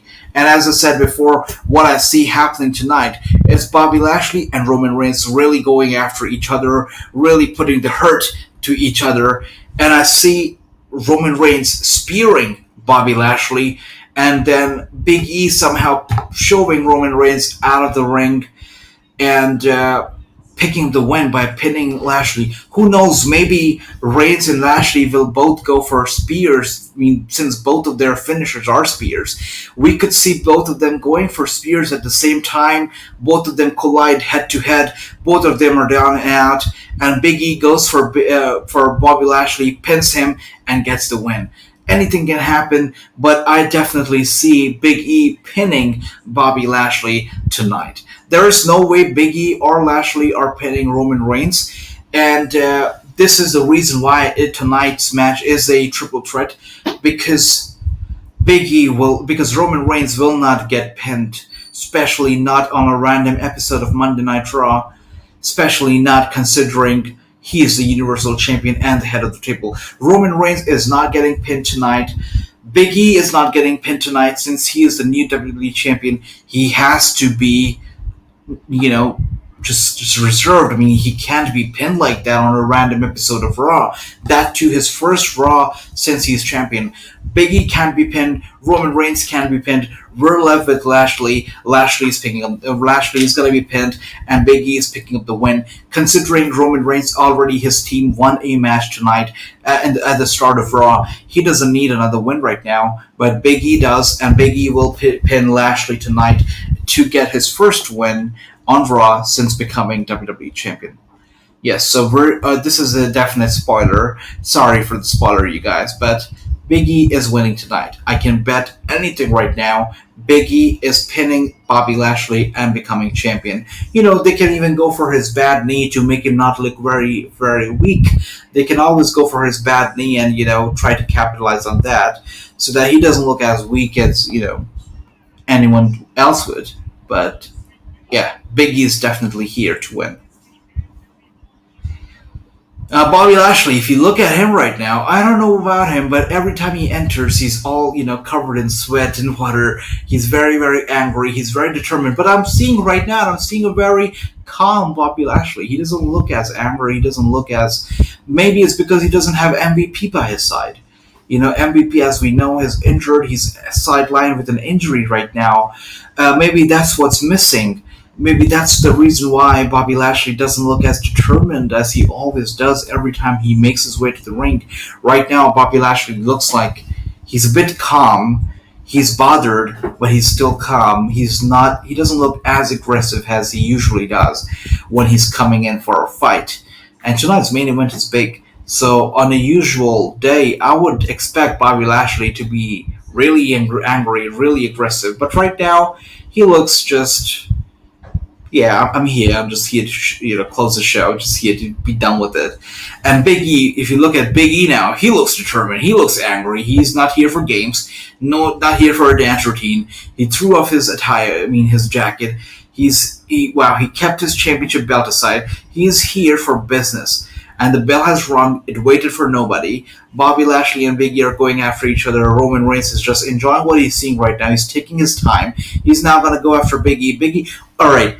It is clear Big E is being booked as the better guy in this match, as a stronger guy in this match. Big E has never been booked in a match as big as we're seeing him in tonight. So I'm excited for Big E. It's good to see what he's doing, definitely. But, this match is a bit too predictable. It's a little too predictable. But it's fine. It's fine. We are going to see Big E win this match. That's for sure. And Roman Reigns is actually sporting some red tonight, showing some love for the red brand. That's nice. It's always a nice thing. And as I said, this match has 30 minutes on the clock. And we are now seeing another commercial. This is the second commercial of the match. And the first one we got after the hype package. The second one we're seeing just a minute into the match. We still have about 19 minutes left for the show to go off the air. And as I said earlier, as soon as the show goes off the air, our correspondent, Wrestling News' very own KJ White, is going to be taking over our YouTube to present to you a review show. It's going to be called a breakdown show, where he's going to be going over the results of Monday Night Raw, and he's going to be giving you his honest feedback, his honest opinion on the show. And it's something that I really enjoy watching, because KJ and his opinions are great. He's very candid with his opinions. He's not afraid to speak his mind, and that is something I really admire about KJ White. So really interested to see what he'll have to say about the show. And yeah. So the commercial break's still going on. Raw is a beast. He's a beast on its own. It's not easy for us to just sit here for 3 hours, watching the show, going on. I'm glad that AEW is doing the job that it's doing, because Raw is now getting better due to the competition. And it's not a problem covering the show for 3 hours live without any breaks. It's fine. It's fine. Because the show is good. Had the show been something like it used to be, until a few months ago, it would have been a problem. Let's talk about the Thunderdome era. It would have been a problem. I used to hate the Thunderdome era. I tried not to watch those shows because they really used to make me want to throw up, looking at those giant LED screens everywhere. It used to be a bit too overwhelming for me. I'm not sure how these wrestlers felt wrestling there, surrounded by these huge LED screens and these faces staring at them. But for me, it was a bit too much, so I tried to skip those shows and just, stay up to date with the results and whatnot, but skip the shows because the Thunderdome wasn't for everybody. It was not for everybody. Alright, so the commercial break's still going on. We all need a bit of water. Speaking for 3 hours is not an easy task, but Yeah, and if you're new to Wrestling News, if you're watching us for the first time, make sure to hit the subscribe button and make sure to check our channel as we've got some very exclusive interviews from wrestlers from all across the globe, from wrestlers from all across the promotion, and we've got latest news coverage which is aired live every single day, and we've got a lot more content here for you. So make sure to subscribe to Wrestling News on YouTube. We've got a great content for you. It's a new YouTube channel. We are the #1 news page when it comes to Instagram, but we're new to YouTube and we are here to start a revolution. We are doing something new. We're doing something fresh. We're doing something that no other wrestling page on YouTube offers. Interviews, news, exclusive series. There's a lot happening right now, and there's going to be a lot happening in the very near future. Make sure to subscribe to Wrestling News on YouTube because you don't want to miss out on greatness. And we're back from the commercial break. As I said, Bobby Lashley and Big E are trading back and forth. Roman Reigns is kind of getting some rest right now. He's going to be coming in soon, shortly, was my prediction. He's going to be coming in shortly. He's going to be going after Bobby Lashley. They're going to be going back and forth. Big E's going to get some rest, after which Big E's going to pin Bobby Lashley. It's going to happen. As I said earlier, as I mentioned earlier, how both Bobby Lashley as well as Roman Reigns, their signature, their finisher move is the spear. It would be interesting if Bobby and Roman, both of them, hit each other with the spear at the same time and they collide into each other, maybe head first, shoulder first, who knows, and Big E then capitalizes on Bobby Lashley and pins him for the win. That will be a memorable moment for sure. So let's see if that happens. Let's see what happens. But one thing is for certain, Big E is going to win tonight. He's going to walk out of this place with his head up and his pride intact, and he's going to be walking out as the winner of this tremendous main event. I'm pretty sure that Roman Reigns' shoulders must be hurting right now. I mean, the burden of carrying SmackDown was not enough. He's also carrying Monday Night RAW on his back right now. So I'm pretty sure his shoulders and his back probably hurt right now from all this burden and his weight of carrying these shows on his back. But he's doing a great job nonetheless. This Raw has been great entertaining. It's been a great show. SmackDown is always great because of the head of the table. Next week, we're going to be seeing the draft take place, after Extreme Rules. There's a lot of greatness that's planned for all of us. Very excited to see what happens, guys. Very excited. So Bobby Lashley is going after both Big E and Roman Reigns, as both of them are standing in their corners. Roman Reigns is actually down to his knees right now. Bobby Lashley going after Big E. Big E's with the counter, hits him with a semi-rock bottom. I don't care what you call it. I'll still call that move a rock bottom. With the semi-rock bottom, Bobby Lashley's down. Big E should have gone after Bobby Lashley, I feel, but he's going after Roman Reigns. He is trying to put him down. I knew it. Roman Reigns is far too smart, far too strong for Big E at the moment. Far too experienced too. He's been on a lot of title defenses. He's seen hard situations before. He's seen hard times before, but he always comes out on the top. Big E is still new to the game. He was doing his dance routine until last week, and now he's getting serious. He's booked in serious matches. So, as I said earlier, guys, Roman Reigns and Bobby Lashley are alone in this match. They're alone in the ring right now. Roman Reigns is putting the hurt to Bobby Lashley. If you look at the time right now, we've got about 13 minutes more, which means 2 more commercial breaks at least. Which means right now we're seeing Roman Reigns put the hurt to Bobby Lashley. We're gonna go to commercial. Then Big E is gonna be involved. Then we go to commercial. Then Roman Reigns and Bobby Lashley are both going to be going back and forth. Both are going to be out. Roman Reigns is going to get on top. Bobby Lashley is going to be out. Big E will come in, and he will pin Bobby Lashley. That's how I see it all play out. I see 2 more commercial breaks in the books for us right now, and I see Bobby Lashley losing this match. Definitely losing this match. Even if you see so far, he has been booked not as the Almighty, but he has been booked as the Bobby Lashley that we used to see back in the day with Lana. I hope that he doesn't get another Lana while MVP is away, because we know Bobby Lashley's a good-looking guy. He was former champion. Uh, We know he loves to party and whatnot, so we can only hope that he doesn't get on the Lana and it doesn't get his attention diverted while MVP's away. And look at it, Big E really showing off his strength. Wow, wow, that that really made the audience go wee. The way Rhea Ripley wanted them to go wee. And as I said, guys, we had 30 minutes on the clock. I told you guys, Roman Reigns was going to dominate this part of the match. And near the commercial break or after the commercial break, Big E is going to be involved. We're going to see another commercial break. By that time, Big E is going to be tossed out of the ring.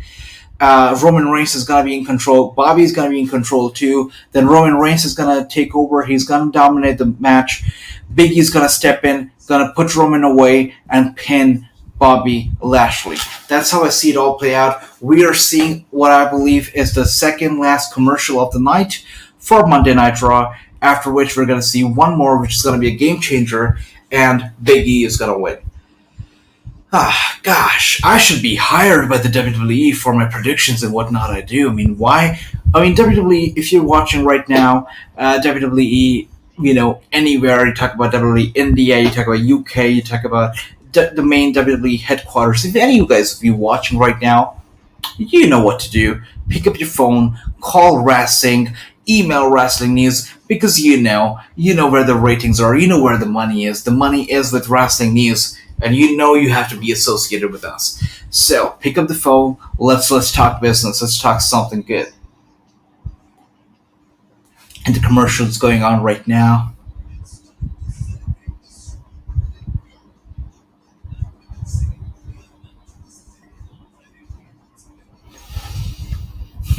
We've been doing this for about 2 hours and 45 minutes, guys. It's been fun. It's been a good show. It's actually not been boring at all. There was not a point during the show where I felt like, gosh, this has to get over with. I'm getting really tired of this. There was not a single point in this match where I felt that way. And that's definitely a very good thing, because it really made me want to stay tuned, really made me want to watch more and more of this match play out. So the show has been very, very good, I must say.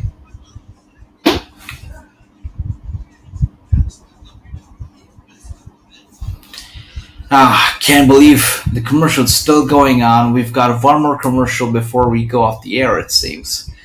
We've got 9 minutes on the clock. This is one of the reasons why I love watching pay-per-views, even if I have to pay for them a lot more than the normal shows, because we don't get a lot of commercials, and that's what I love about pay-per-view shows. Gosh, dear, oh dear, the commercial is still going on.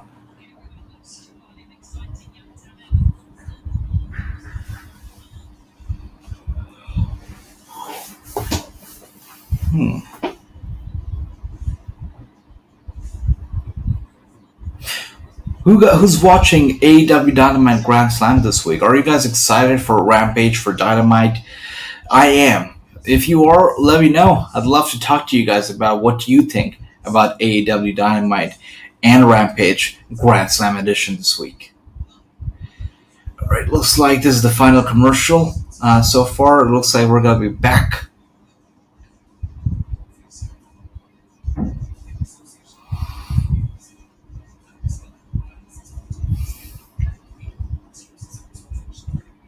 And that was the final commercial. We are back on, and we're watching this live. Roman Reigns and Big E are in the ring right now, just like I said it was supposed to be. By the end of this commercial break, the commercial that we're going to see, when that starts, it's going to be Lashley and Roman Reigns for sure. But Big E will be out. And then towards the end of the match, Big E's going to come in. That's just how I see it all playing out. But let's see what happens. But Big E with the very impressive feat there, just suplexing, actually power bombing two superstars at once. That's Roman Reigns and Bobby Lashley, two super heavyweights, two very, very strong athletes. Just power bombing both of them at once is a really incredible feat. Something to be very proud of. We still talk about John Cena and the way he lifted up Edge and Big Show on his shoulders at WrestleMania 25, and we're seeing Big E power bombing Roman Reigns and Bobby Lashley off the top turnbuckle. Nothing, that It's a very close comparison, definitely. Very, very impressive. So Big E is dominating the match right now. He's in control.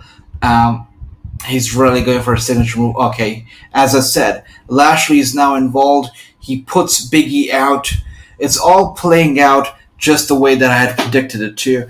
Very predictable matchup. I mean, I don't know what it is. Maybe I know the WWE created far too much, just way too well for me to predict the match so well. But every single thing that I predicted in this match, including the commercial breaks and how it would turn out before and after each commercial break, it has been accurate, and we are seeing Bobby Lashley in control now with Big E out. What's going to happen is that Bobby Lashley is going to stay in control. Roman Reigns is going to gain control very soon.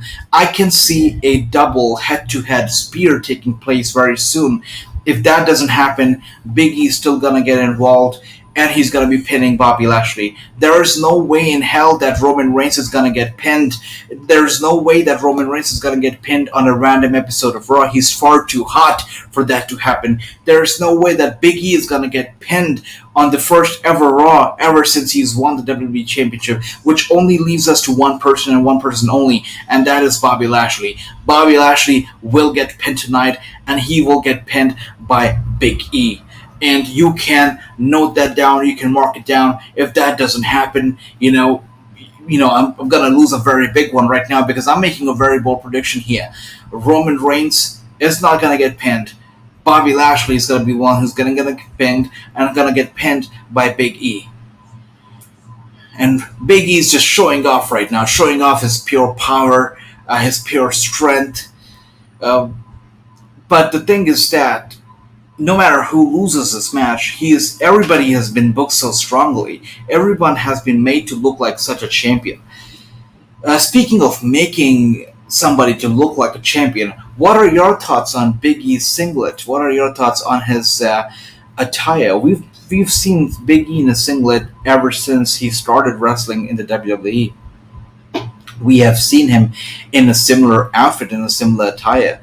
Do you want him to change his outfit now that he's champion, or do you feel like it's just fine? Do you feel like, hey, this is what made him champion, this is what brought him up the cards, this is the Big E we know, he doesn't have to change much, he can stay the way he is, because he is Big E and he is special.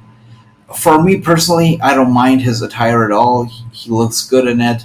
He's been sporting it for way too long for me to get used to something else, but I wouldn't mind him trying something new either. Alright, so Roman Reigns is getting ready for the Superman punch. Big E with the counter, up on his shoulders. Big E hits Roman with the finisher. It's not going to be a pinfall. I knew it. Bobby Lashley with the save. He pulls Big E out. Everything is playing out just the way I said it would. It's getting a bit boring by this point now. Big E is going to be put out. He's going to be out for the rest of the last commercial break of the night. If you're going to get a commercial, he's going to be out. Roman Reigns is going to dominate now. He's going to put Bobby Lashley out, and Big E's going to get in and he's going to pin Bobby Lashley. It's just the way it's going to happen. I feel like it's way too late for us to get another commercial break, but I still feel like we could be getting one. Let's see what happens. Roman Reigns with the Superman punch. Big E has to get up. It's just a Superman punch. It's not a spear. Both of their finishers are spears, so don't be surprised if both of them go for the spear at the very same time and they hit each other in the heads, maybe head first, both of them. And Big E comes in to capitalize on the opportunity and pin Bobby Lashley for the win. Just like I said earlier, Roman Reigns is not getting pinned tonight. Big E is not getting pinned tonight. It's going to be Bobby Lashley, who unfortunately will be the one who's going to be taking the L, taking the loss, and getting pinned tonight by Big E. This is giving Big E way too much time to recover, that's for sure. It's been about 2 minutes since he's been out, by the commentator's desk, on the commentator's desk actually, giving him way too much time. He will be up with the spear, Bobby Lashley. Roman Reigns is not losing this one, guys. Big E is up. I said it, gave him a lot more time. Roman Reigns is not getting pinned. it will be Big E who will be getting pinned. That's for sure. Okay. Big E is going to go for the big finisher. That's what I feel. Cannot put in the master lock. Big E will not let that happen. He is red hot. He just won the championship. He cannot afford to be put in the master lock. There, good. There you go. There you go. Roman Reigns hitting Bobby Lashley with the Superman punch. Alright, so Roman Reigns has been pushed out of the ring. Big E going for the dive right there. Wow. This is the reason why WWE believed in Big E and gave him the title, because Big E has those qualities to be champion. Big E has the qualities to make a match great. And just like that, we've got 1 more minute on the clock before Raw should go off the air. He's trying to pin Roman Reigns. It did not happen. I told you. Don't be surprised. Roman Reigns will not get pinned tonight. It is not happening. Not tonight. Not tomorrow. Not this week. Roman Reigns is not getting pinned anytime soon. Bobby Lashley, of course, doing all that he can to put Big E down. But Big E is still not going to lose this match. All of this, all the hurt that he's been put through, is only making Big E look stronger, because even after all of this show has been all about it, actually, if you think about it. This show has been about the underdogs coming out strong. This very episode has been about it.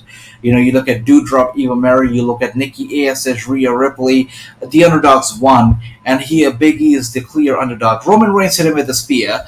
Big E's got to be up. Okay, I'm gonna leave. I'm gonna leave right now. I'm gonna leave. I don't know if I should be happy about it. I'm not too sad about me getting this prediction wrong, being wrong about Big E winning the match. Big E lost the match right there.